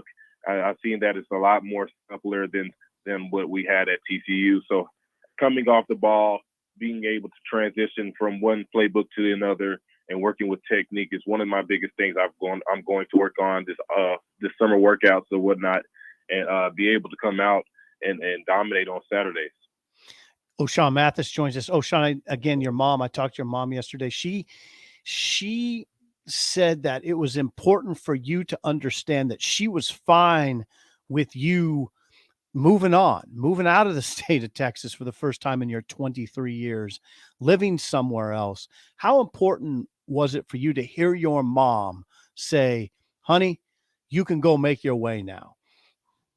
Yeah, it kind of opened my eyes, man. It's like coming straight out of high school and moving 2 to 3 hours away from home was almost as if I was leaving the state anyway, because I was so close with my mom. And just finally hearing those words come out of her mouth kind of let me know that, oh yeah, my mom's allowing me to open my wings type thing. But it's, even after this type of day and age, I am able to realize that, oh yeah, my mom's telling me to move on, and it's about that time to do so. And yeah, it was kind of a tearjerker or whatnot, but just being able to get the opportunity to get a second chance to go out to a bigger conference and just know that my mom's going to be okay, and letting me know that she's going to be okay is nothing but good things to hear at that point. So Yeah. very happy about it. Yeah, and you brought your whole core family with you to Lincoln for your visit, correct? Correct. Yep. My brother, sister, best friend, and my mom. And and they sat in on the film study and everything, right? Yeah. And that's one thing they also played a huge part with the staff is they allowed that my family would experience as much as possible that everything I've experienced being up there. And you would think that they will have just me watching film and all this stuff, but they also included my family in it as well, which is a great thing to have done. Did you make any connections with guys on the team yet? Have you been able to rub some elbows so far? And is there anybody on the team that you connected with? Yeah, of course, Casey Thompson and Garrett Nelson, Caleb Tanner, and also Miles. Looking forward to meeting a lot more guys and just having the opportunity to do so. It's one of my things I'm definitely going to do as soon as I get up there. Oh, Sean, you I know in another interview you said you had quite a long discussion with Casey Thompson. What Right. was that? What did you learn from Casey Thompson about this situation at Nebraska through his eyes? Yeah. He, like I said in the other interview, he was basically in a similar situation as me, choosing from a Big 12 school, which was OU for him, and choosing with Nebraska. He said he took the leap of faith. He had a lot more belief inside toward the Huskers, and me it being in a similar situation with Texas. I said that I didn't have the opportunity to just take a leap of faith. I had the opportunity to see things in and out of things, and having him give me the opportunity to just be on the phone with 3 hours and giving me the insight and the in and outs of both situations. Not so much necessarily talking about the Texas side of the football, but he talked about his little transition phase and what to look forward to at in Lincoln, and him being able to give me all the answers and stuff like that was just nothing but joy and the cherry on top of things. Good. And Sean, just a few more questions for you. So we're thankful for you joining us. Can you kind of run through what's kind of transpired at TCU? First of all, obviously it's a bit different going making your selection out of high school where you're going to go as opposed to the portal. But what's just kind of been your career arc there? Yeah, absolutely. You meaning just what was happening up here at TCU and just the transitional?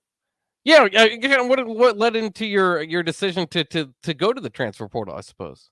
Oh yeah, absolutely. I was looking forward to going into the NFL draft this year, and I got the draft letter back, and they just told me that they recommended me stay for one more year. Mm-hmm. And having the new coaching staff come in, I wasn't going to just settle with just that option. I wanted to open my options since I didn't have the type of recruiting out of high school.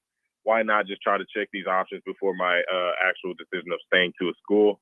Having the opportunity given to me has allowed me to open my my status on what school was going to be there for me, and I wanted to make it a long process because after the end of the day, it's a business decision and it's a 1-year deal. Just coming in and out and just making sure that my last year is my best year. How much of your decision was your confidence that Nebraska could get you ready for the NFL? Yeah, it's nothing but NFL guys on the staff, and them having that type of experience and seeing the type of the work they do at practice with technique was one of the biggest things that I say was one of the biggest impacts of my decision. And also, they treat you not like a college athlete, but almost as if a professional, if you're a professional athlete. And just seeing that transition and going out of state, playing in somewhere that is also can be cold, I've seen that as an opportunity to get ready for the next level. And I'm pretty sure they're going to do good with preparing me for the rest of the way. Did you get a graph grade that you would be willing to share? didn't necessarily get a draft grade. They gave me like just a letter just recommending one more year. Okay. That makes sense. Yeah, that's interesting.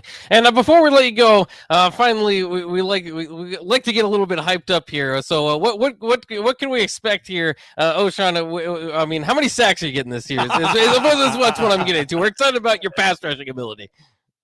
Yeah, most definitely. Looking forward to double-digit sacks above 15 at least. There you go. I just want to come in and just dominate and be able not to read as if I was here at TCU.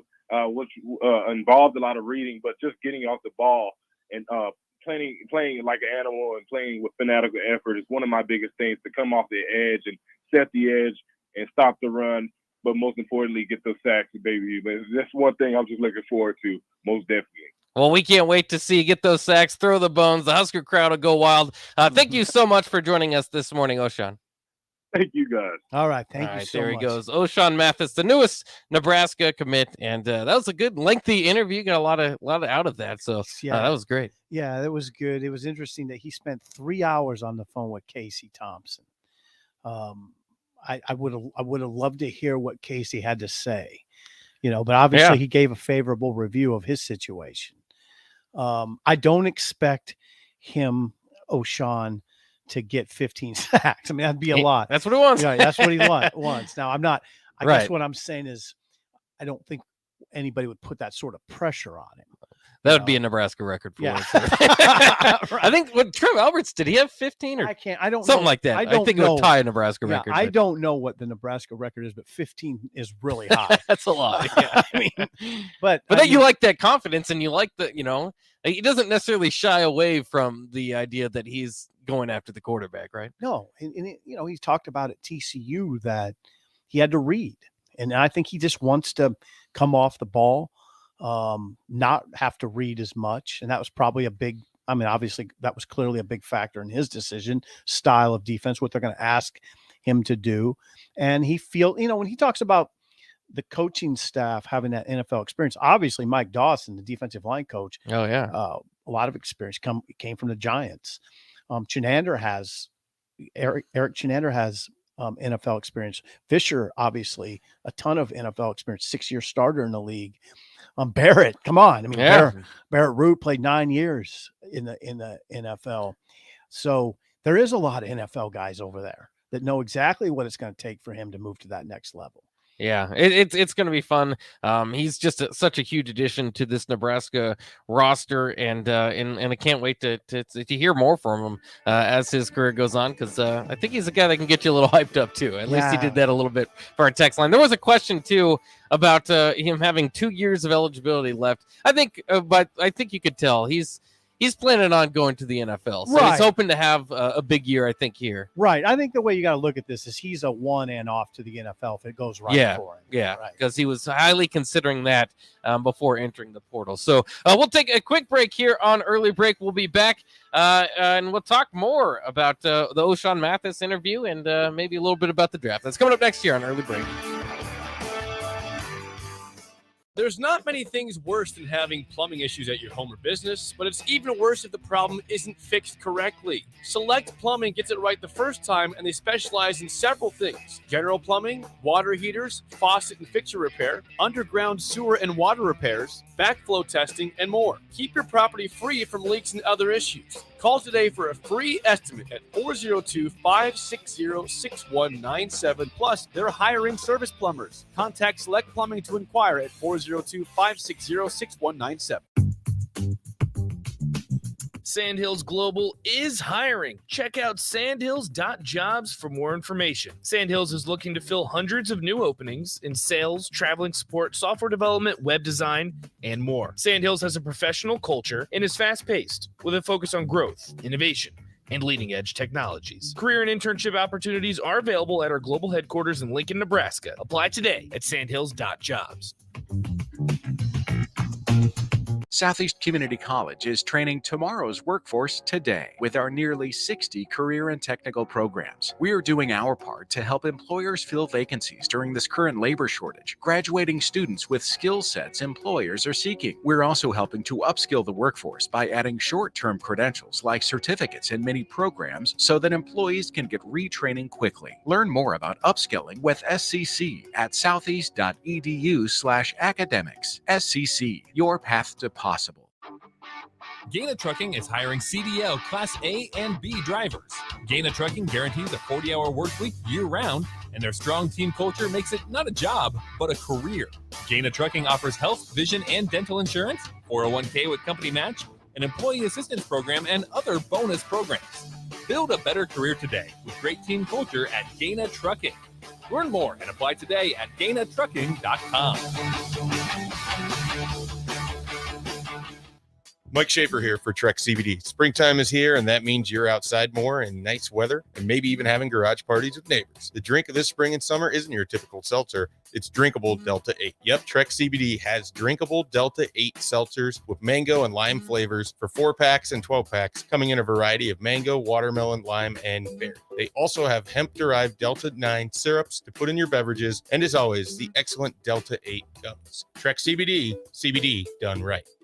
If you need to sell equipment and trucks, Ritchie Brothers' new Lincoln Storage Yard lets you free up space at your property and get local access to all Ritchie Brothers auctions. Drop your equipment off and sell it online at any Ritchie Brothers auction, Iron Planet, or via Marketplace E.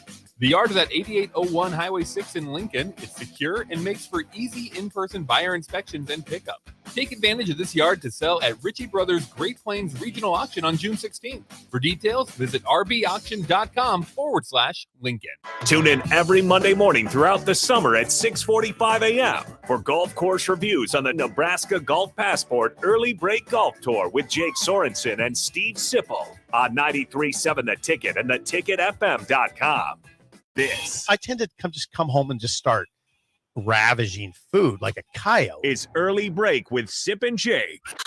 Weekday mornings from 6 to 8 on 93.7 The Ticket and theticketfm.com.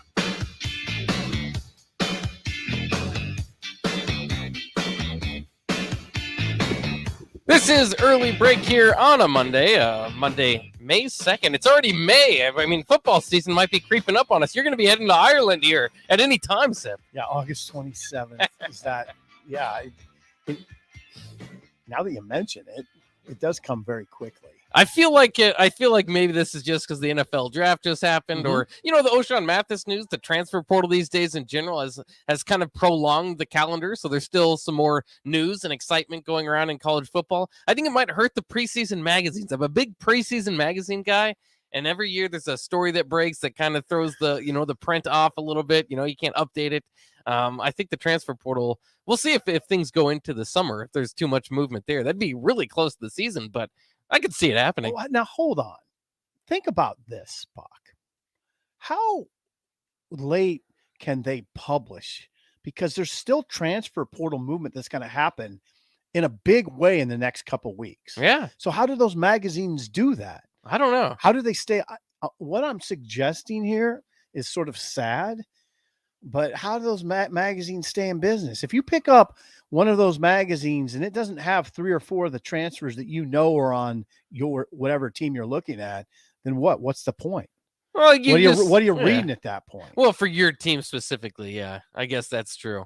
But I guess the way that I always look at it is I just always make the little adjustments myself. Like when Ohio State had all those guys kicked off for tattoos or whatever silly thing that was back in the day. Yeah, you know about it, so you just kind of factor it into what you're reading there. Okay. There's still a lot of great information in there. Yeah, it's you see what I'm getting at though. Well, like I just don't know when exactly they go to print, so to speak, and like would Mathis even be included in the Nebraska rundown? And I don't know. I would hope so. We'll see. I don't know. You're right though. It might be giving up here. Their final print days are probably coming up, but they almost have to think about moving that back. I mean, they've got to know that's a problem for their business. I'm totally with you on those magazines. It was a big part of my preparation process to go every summer preparation for the season to go every summer and get a couple or three of Yeah. those magazines. I have a collection of Lindy's or Athlon every year since 97, 98, I think. Really? Is Yeah. that right? It's my collection down in my basement. I'll go back and read the old days. Yeah, I predicting totally Nebraska football. totally understand where you're coming from. This kind of the world sort of phasing that out. I mean, it seemed like the magazine stand at stores once was much more prominent than it is now. Yeah, it's even buried at some stores. It's like in Yeah. the middle of an aisle. You know, Yeah. it's not in the front. Yeah. Like You know how it used to be, right? Yeah, yeah. Yeah, and you'd see those magazines there and you'd kind of get a jolt of excitement. Yeah. I don't even know if young Gus, 19-year-old Gus, knows what we're talking about at this point. Yeah. No, he's seriously. Gus just was like, Yeah. Because If you you're know, a you certain can just age, you don't even know what we're get talking on your about. phone and you can read the magazine that way. Why are you going about and buying paper? What are you going to do with it? Yeah, exactly. But we would go and get those, and I would get my red pen out and underline and put stars by certain things so I remember it. Oh, I'll Now, do I it don't know. again. Yeah, I don't know if we're still gonna. Are you gonna do that? Oh, I'll do it just out of a nostalgic sake, at least. The NFL draft did happen this past week. I always like to see how it reflects on college schools. I'm more of a college fan than an NFL fan. Of course, you can go through, which NFL team did the best and who's making the moves there. But I always like to see how it reflects on schools. How about this? Cincinnati, who made the college football playoff. Some people mocked them. They got blown out by Alabama.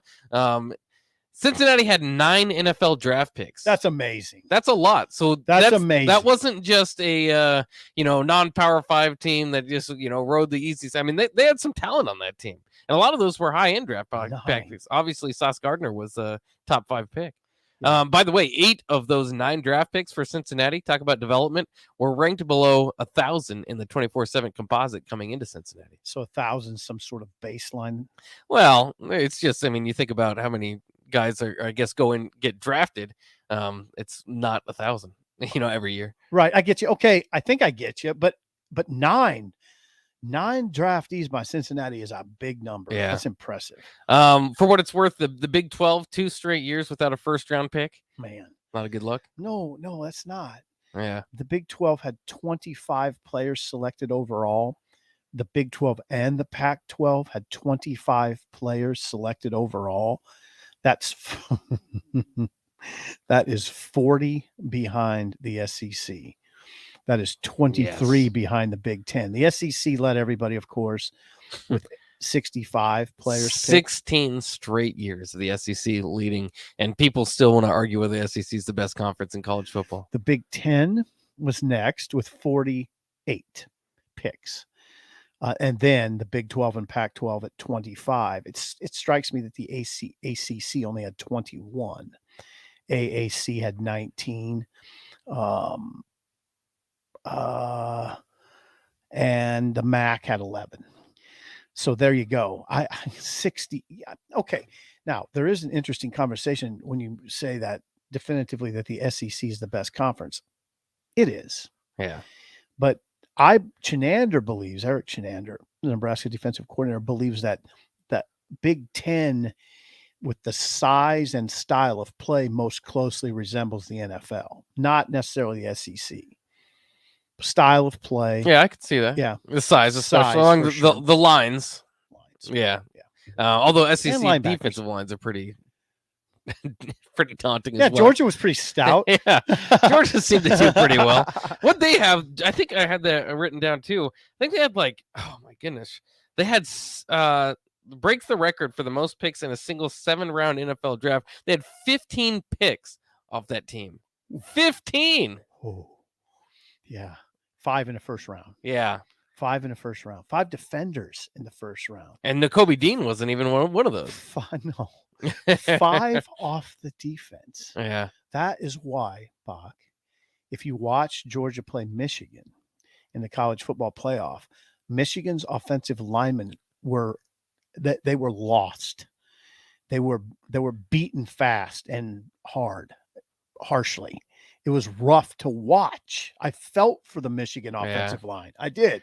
They're completely overmatched by a defense that produced 5 first-round picks.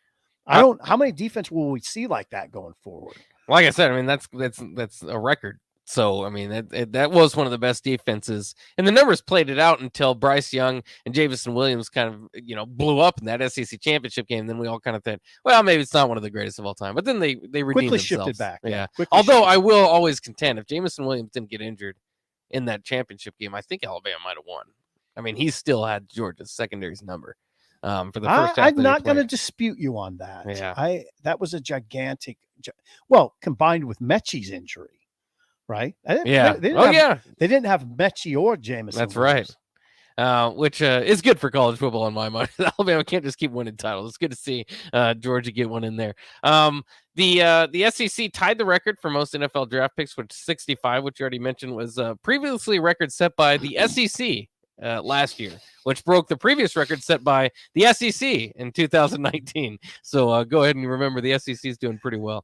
The 2017 Alabama football team now breaks the NFL draft record for most picks from one roster, passing the 2001 Miami Hurricanes. Now, the Hurricanes, obviously, we'll have to see if some of these 2017 guys turn out to be as good as those Hurricanes, but that's always the idea about that being the greatest team of all time, is it had the best collection of talent. A lot of those guys went on to really shine in the NFL, so maybe that'll probably stay the argument. But don't forget about that 2017 Alabama team, because they have now more draft picks than that Hurricanes team did. If you saw as well, the 2019 LSU defense now had 10 of their 11 defenders selected. So we always talk about Joe Burrow and the receivers and the running back and all that stuff. That defense was pretty darn good. I thought this was interesting too. The Pac-12 championship game last year between Utah and Oregon had a combined 2 NFL draft picks off this, one of each team. Out of Oregon this had one player drafted. One draft, yeah. Thibodeau. Yeah. That's it. Yeah, and Utah had Devin Lloyd. That's it. That's it. Huh. Texas, by the way, nobody. Nothing. Bach, I don't know. I don't want to belabor the point too much, but it's astounding to me that a place like Texas, Austin, Texas, located amid all that talent, had no players drafted. Now I don't think you can say anything, but that is a miserable failure by that school, by that program. Bach, that is a miserable failure. Yeah. To be where they are geographically and not get one guy into the NFL out of that on that team is it's astounding. And that's bad for Tom Herman's staff in hindsight. That's bad for Steve Sarkisian even now. I think that reflects poorly on both those staffs. I think you're right. I mean, it's amazing, but it's not new. This is the 4th time since 2014. The 4th time the Texas has had either 0 or 1 draft pick since 2014. I mean, come on, something's just gone terribly awry for that to happen. Also, I saw this from Pick 6 Previews. The Dakota's big 3, North Dakota State, South Dakota State, and North Dakota, of course, just huge programs in football, had the same amount of draft picks as Florida's big 3 of Florida, Florida State, and Miami. How many are we talking about? I didn't look at that much into it. That's amazing. But it is crazy. The Dakotas are keeping up with Florida. What a world. That's amazing. It is. That's impressive. A lot of weird numbers coming out of the draft. Yeah, that's impressive on the Dakota side. I mean, that those schools are doing that. Yeah, is really impressive. Yeah, I was kind of saying that in jest, but it is cool. Been cool to see the Dakotas teams rise over the past several years. We are. I think it's time to shut you up, Sippl.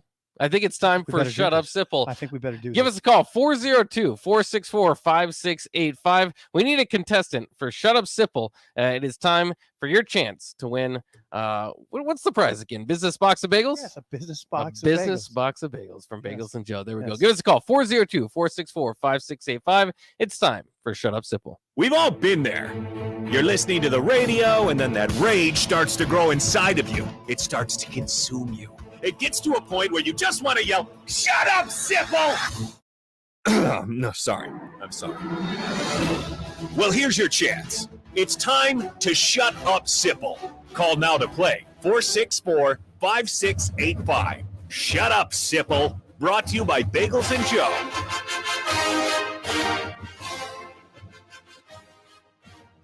There you hear it. The theme music is rocking. We're ready to roll. It's time for Shut Up Sippl. Sip, did you have a good week last week as far as this game show I goes? think I did. I now this is a big day though. I think I was 2-3 last week. Yeah. This is the reset. We start over. I don't have my final record from last season. We call it last season, but we are starting fresh. Oh, this is a new season. New season. This is the May 1st is the new season. This is the opener. Oh my goodness. Well, if you want to be It is May 2nd. Oh, May 2nd, yeah. I guess it is May 2nd. That was May 1st. Hello, Bach. But anyway, this is the start of what we call a reset, new season. And you don't know whether you had a better than 500 record last year? I think I was 9 games below 500. Oh, okay. Yeah. Well, you need to improve on that. I'll get the final record. We need a contestant. If you want to win a business box of bagels from Bagels and Joe and you want to Shut Up Sippl, give us a call, 402-464-5685. We're going to poke and prod at you guys till somebody calls in. So 402-464-5685.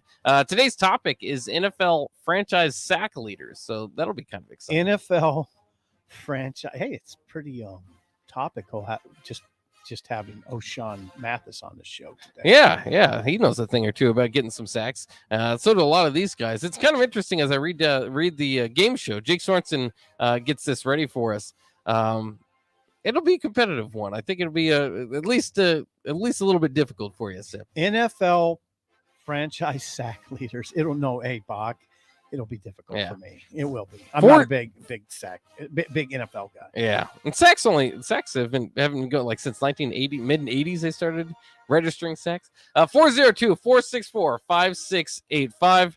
I guess I just am gonna win the business box of bagels if nobody calls in. Is that how that works? Yeah, we had a caller on there. We'll get one here. Just they'll respond here. There we go. We got some calls coming in there. They just needed they were doing their research on the sack leaders real quick. Mondays are all Bach. Mondays are always a little slow. Yeah, they are. That's fair enough. People coming off the week. Yeah, especially just waking up this early. I always got to go. I don't think it's great to drink soda right in the morning, but I have to get some caffeine in me to get me going here. You had some cold coffee this morning well, not on accident. Purpose, yeah.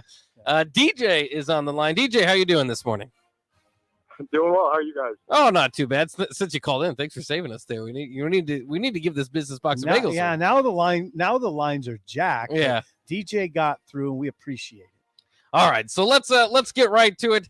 As if you know me, as I subbed in over the years, I don't run this game very well, but we'll get it going. Just take it slow, Bach. Take it slow. We'll start with DJ here. DJ, who has the most sacks in Baltimore Ravens history with 132.5 sacks with the team?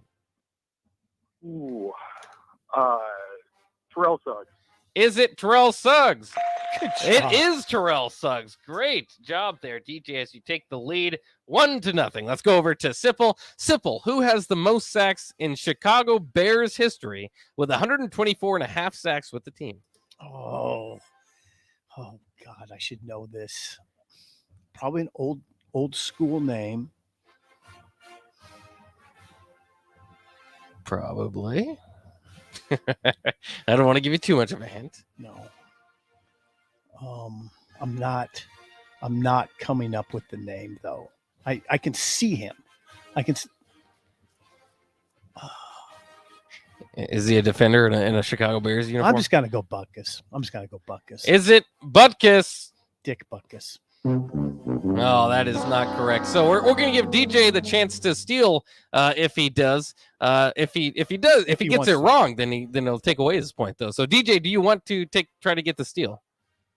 You know, both my parents are huge Bears fans, and I got a pass though. I cannot think of it. Yeah, that's not a bad idea. It ended up being Richard Dent was the name that we were looking for. That's who I was looking for. Hey, I know. Believe me or not, that's who I was looking for. All right, so DJ, it's pretty simple from here. If you get this, you are the winner. Who has the most sacks in Dallas Cowboys history with 117 sacks with the team? Marcus Ware. Is it DeMarcus Ware? Starting Sip off with 0-1 on his new season. DJ gets the win. Great job, DJ. As you didn't flinch there. You got both those questions right away. Congratulations on your win, and thanks for calling this morning. Hey, thanks so much. You guys take care. All right, there DJ, he good goes, job. DJ, with the victory. Should I ask you your question? Or Yeah, you go you'll ahead, see if you go can get your ahead. next No, one? no, yeah. Who has the most sacks in Detroit Lions history with 95.5 sacks with the team? Should I know this? Not necessarily.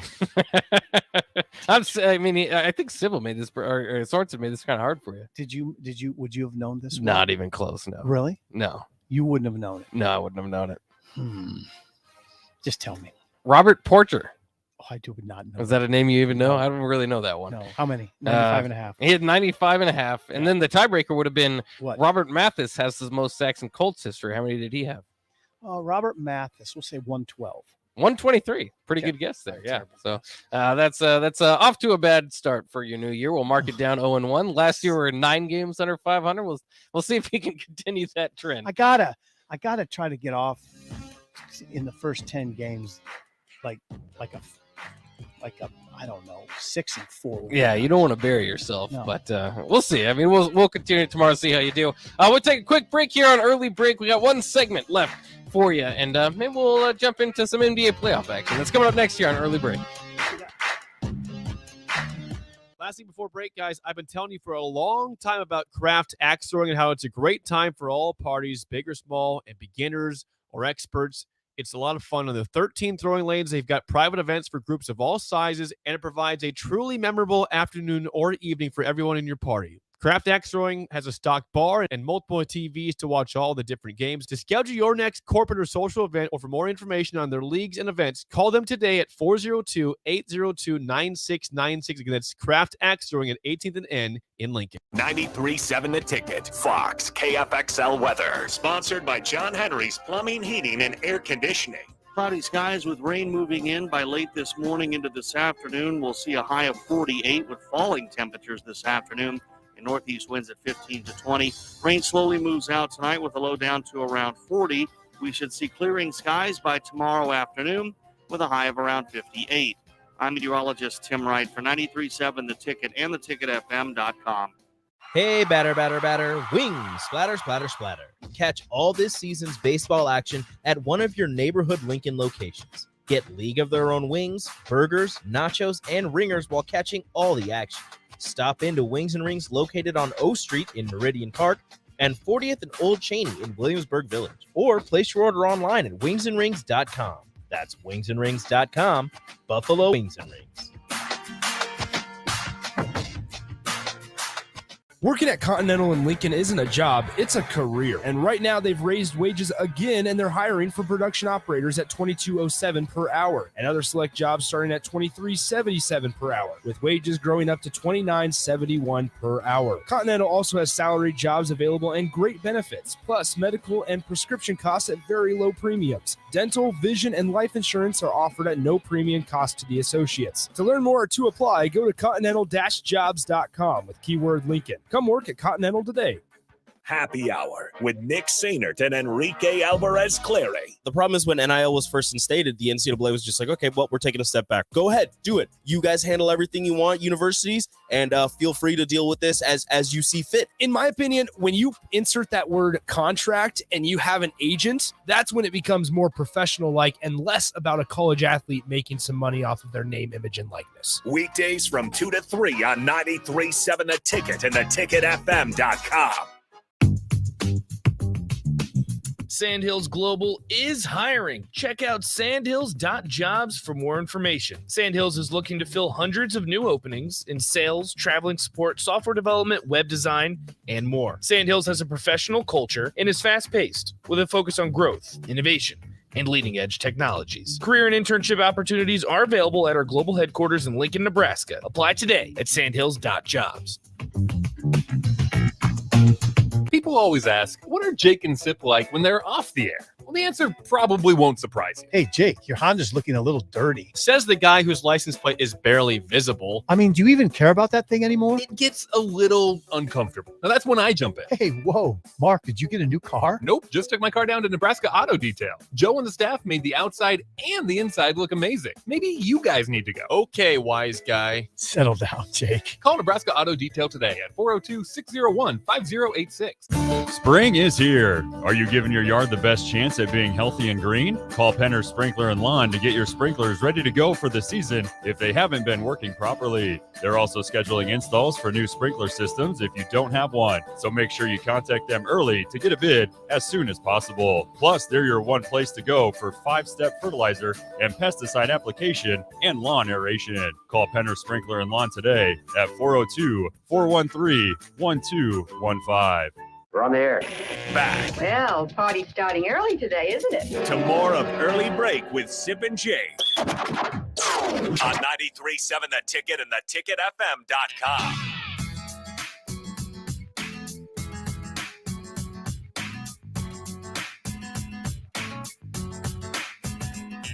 It's time for the spillover here on Early Break as we have our friends from Old School joining us. I think Jay will be in the building momentarily, but we have DP here. DP, was a heck of a Husker weekend, heck of a sports weekend. How the heck are you? I'm good. It was good to watch yesterday. We got a good start, right? You get Mathis in the building. Baseball found some runs, which was good. Yeah, we didn't mention that. Softball had a nice bounce back to their weekend. Even track and field had some success. So, yeah, it's a good weekend. Yeah. If you're just joining us, we did have O'Shawn Mathis even on Early Break here at the top of the hour. So head to the podcast page or the YouTube page, Facebook, wherever you get our content. We've tried to put it everywhere so that you can't miss out on it. Check that out as we get it posted throughout the day. How big of a get was O'Shawn for you? I mean, there's obviously still depth concerns there, but as far as a top end guy that you can put on your defensive line, I mean, he's proven he's been all Big 12 twice now. Do you see this as one of the biggest gets out of the portal for Nebraska? I've tried to stay in the lane, especially when it comes to football. And some folks will say that it should be this way across the board. But improving the level of talent of people you have in that space is important. The fan base will tell you what the temperature of the room is. And for those who are thrilled that he's here, they should be. It's an added piece to a puzzle. You still have questions in that space. Valid questions. So, great get. It's not the end game piece. It's a great get. It really, it's a statement of, there was some reason where somebody had choices to choose Nebraska again, and I don't. I'm not doing backflips, but I'm thrilled for the fan base to get this win because they needed a win. The fan base needed a win. Yeah, Jay is here. Like Jay has arrived. Well, hey, listen here, man. Oh. Y'all try to do Tom Coughlin time on me and stuff, man. You 10 minutes early, you 5 minutes late. Are we a little early? Yeah, you're a little early, but it's cool. A little premature broadcasting, sir. That's all right. the great ones adjust. I wasn't gonna call you on it. Nobody needs that guilt in their life. Right. But I see that's how we're going to start our week off, Sip, so let's get after it. Yeah. Don't try to sell me on it. That's how we starting it off. We here, so let's just come to terms with it. We have a little different lineup today, so it's not, we do things a little bit differently. Okay. Thank you, by the way. Let's get Jay on the stream. How about we do that? Yeah, we should work on that. Yeah. Hey, Bach, thanks, by the way. Yeah, Public thank you to Bach for joining us this early in the morning. No problem. Yeah, it was fun too. Thanks, a trooper. Yeah, let me work on getting this get on the stream as we get you guys' opinions here. Jay, why don't you get your opinion on O'Shawn Mathis over the weekend? Big get for Nebraska. Yeah, it's good. I mean, it's anytime you can grab somebody out of the portal that you want, I mean, it's a good, and especially I guess at in air quotes, a position of need. There's nothing negative about it. I mean, it's when you're deviling in NIL and transfer portal, you got to find your own little way to make stuff happen. Now I will say this isn't the way this isn't sustainable to think like you're just going to just do this every year and be down in Indianapolis hosting, trophies. But with the dynamics of where we're at, as a program and as a football team, this is something that you need to do to hopefully try to kickstart it and have that year to when, obviously you get enough wins to get to a bowl game. So look, he's a guy that, when you look in the transfer portal, which in my opinion, there's not a lot of guys that you can put on 2 years worth of game film and have a chance at him. So they had a chance at him. They got him.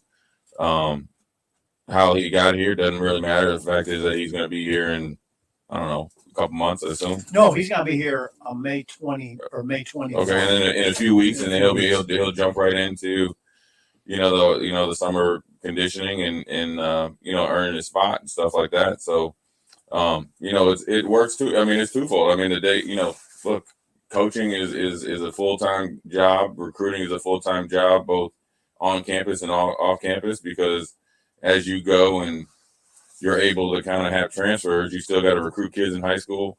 You got to recruit these dudes that are potentially coming here, like transfer portal. And then you got to re-recruit your roster, which is a, weekly and monthly basis job or everyday thing. You got to be consistent with who you are.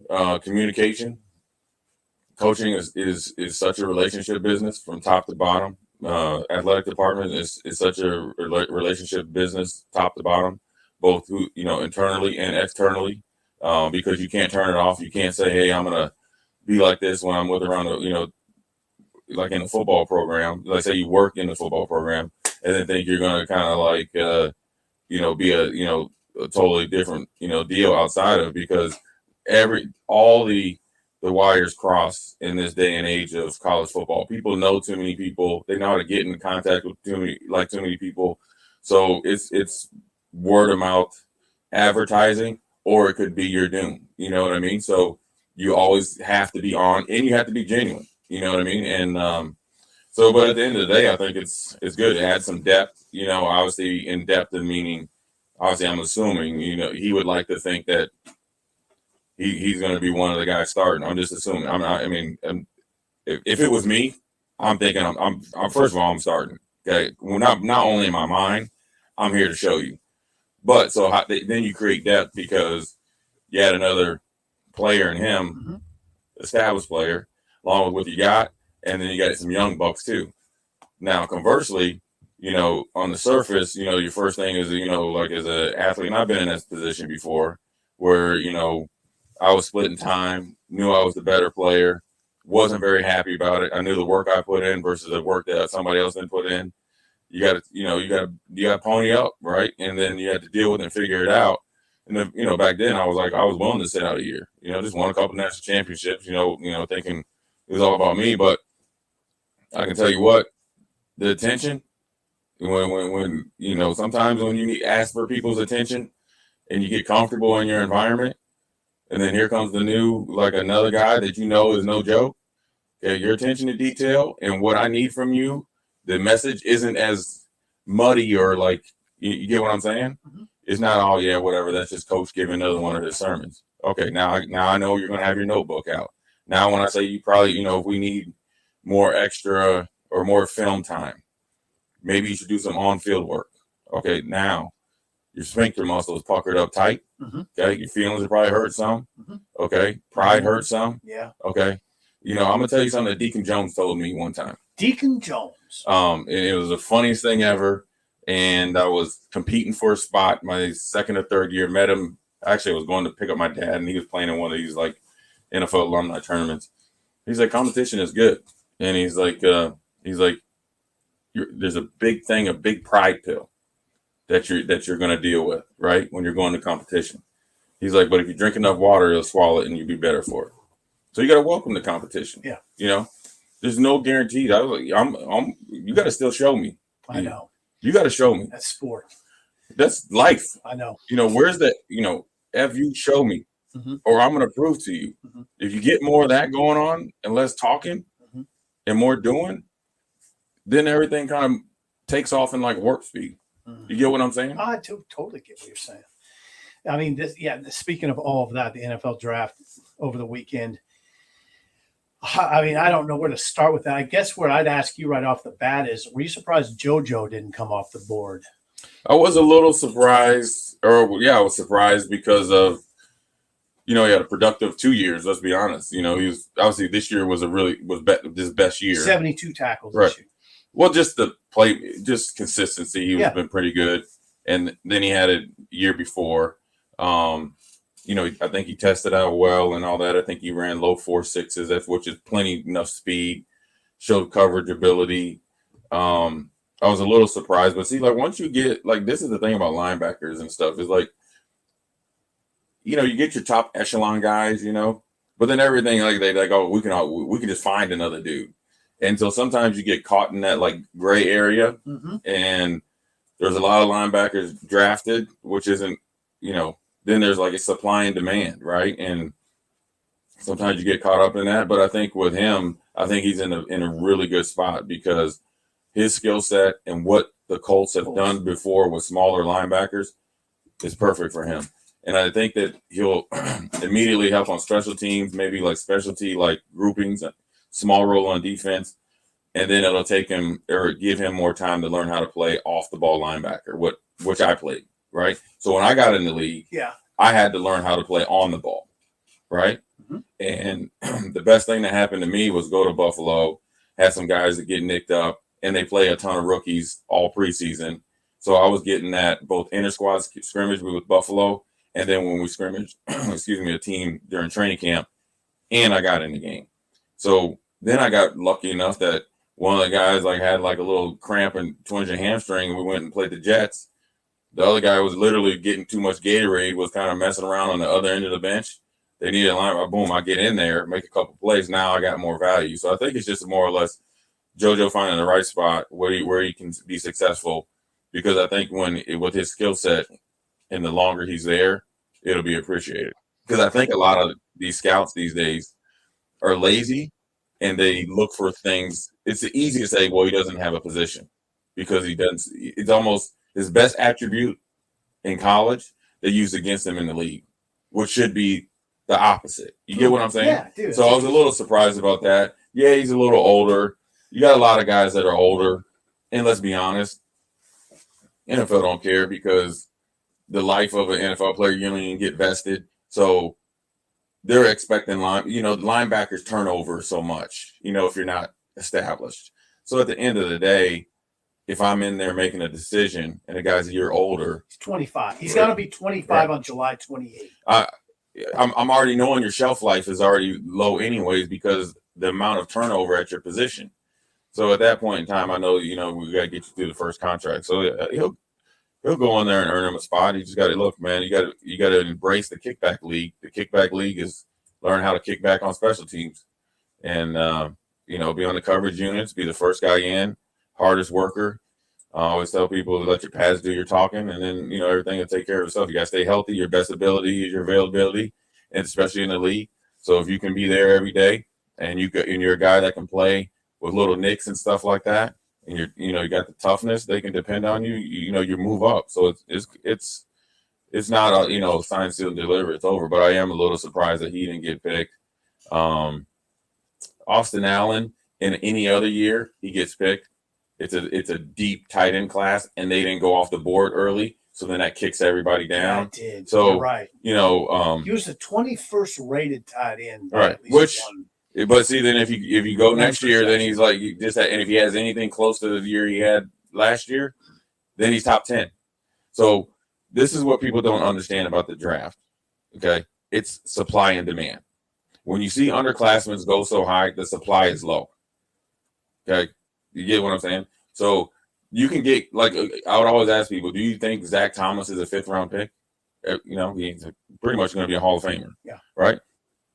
So is he a 5th round pick or he just got picked in the 5th round? Are you a 2nd round pick or you just happen to be in the process of, there's not enough supply there and the need is and the need is there, So, and also what people don't understand is if a year or two prior, a position or a player does well as a young guy, that makes Derek and Sippl coming in that same position. Oh, I need to do that, right? So when you look at just say Cam Jurgens, look at the two centers, right? So Humphrey goes to Kansas City, ends up being an All-Pro, right? Okay, well, dang, this dude's just coming from college, he's going to be All-Pro. Let's go nab us one. We got a 10-year starter, right? Cam Jurgens is in a perfect situation. He has position flexibility and off the charts athletic ability, right? But then also he has Kelsey in front of him to learn from. Yeah, Jason Kelsey. So it's distinctly different to playing center in college than the pros. It's different because you got Fletcher Cox in front of you. You get what I'm saying? And then the next week you'll have Aaron Donald. Then the next week you'll have, so and so. So it takes a little time to make that adjustment. But he has position flexibility, and sometimes I think, in my opinion, centers that come in and play guard, I think when they transition back to center, I think they take off like no other, and that's a great thing for Cam. He's a guy that you can stick in at guard. Say like this year, somebody gets nicked up, right? He can play guard, and then when he goes to center, he's off the charts. You seen Atlanta did it, and then they got rid of Mack, and now he's still playing for San Francisco. You see New Orleans do it. When Ruiz, the first round pick from Michigan, came in, they had a good center. Now he's their center.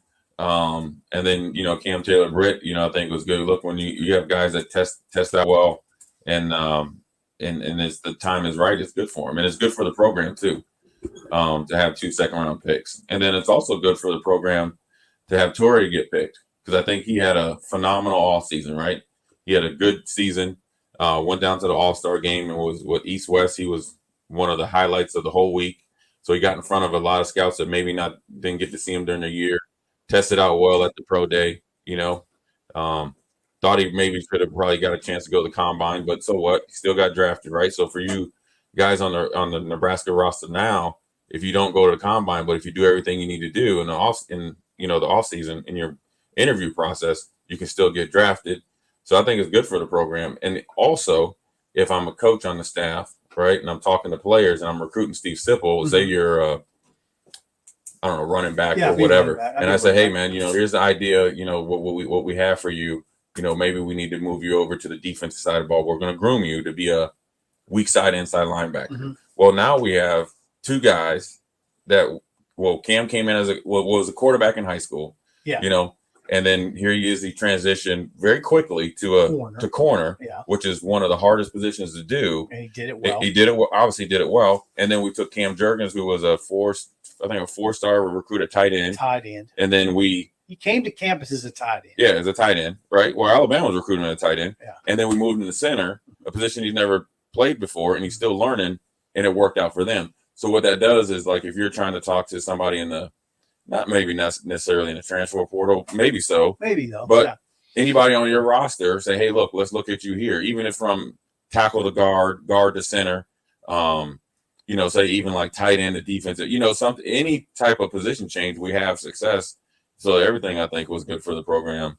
Ideally, like I said, I thought, Allen and JoJo should have got drafted. I would like to, it would have been great to have 5 guys drafted. But I think that when you win, look at Cincinnati. Look at, when you win, they had 9 guys drafted. 9 from Cincinnati, which is not normal on a year. Say Cincinnati doesn't make it to the college football playoffs and they go to a regular bowl game, that might be down to 6. So if I'm talking to my players, you can talk to me about you want to go to the NFL. You want to talk to me about NIL. That's fine. We can talk about it. But the most important thing is on the field and us winning. Yeah. Bama squeezed that Cincy team with 9. They had 9 dudes drafted, but Bama squeezed them. Yeah. Beat the brakes off. I'm saying TP. The SEC is pretty good. TP, they squeezed them. Georgia, for what it's worth, again, had 15 draft picks. The SEC, 16 years straight now, most NFL draft picks out of the NFL draft. So they got something rolling down there in the South. That'll wrap it up here for the Spillover. Of course, Old School is coming up next. I'd like to thank you guys for joining us. Thanks to O'Shawn Mathis for joining us again at the top of the 7 o'clock hour. So head to our podcasts. On Facebook, YouTube, theticketfm.com, any way that you can to go check out that O'Shawn Mathis interview that we had. Thanks again, Sip, and thanks to DP and Jay for hanging out with us in the Spillover. They'll be up next with Old School.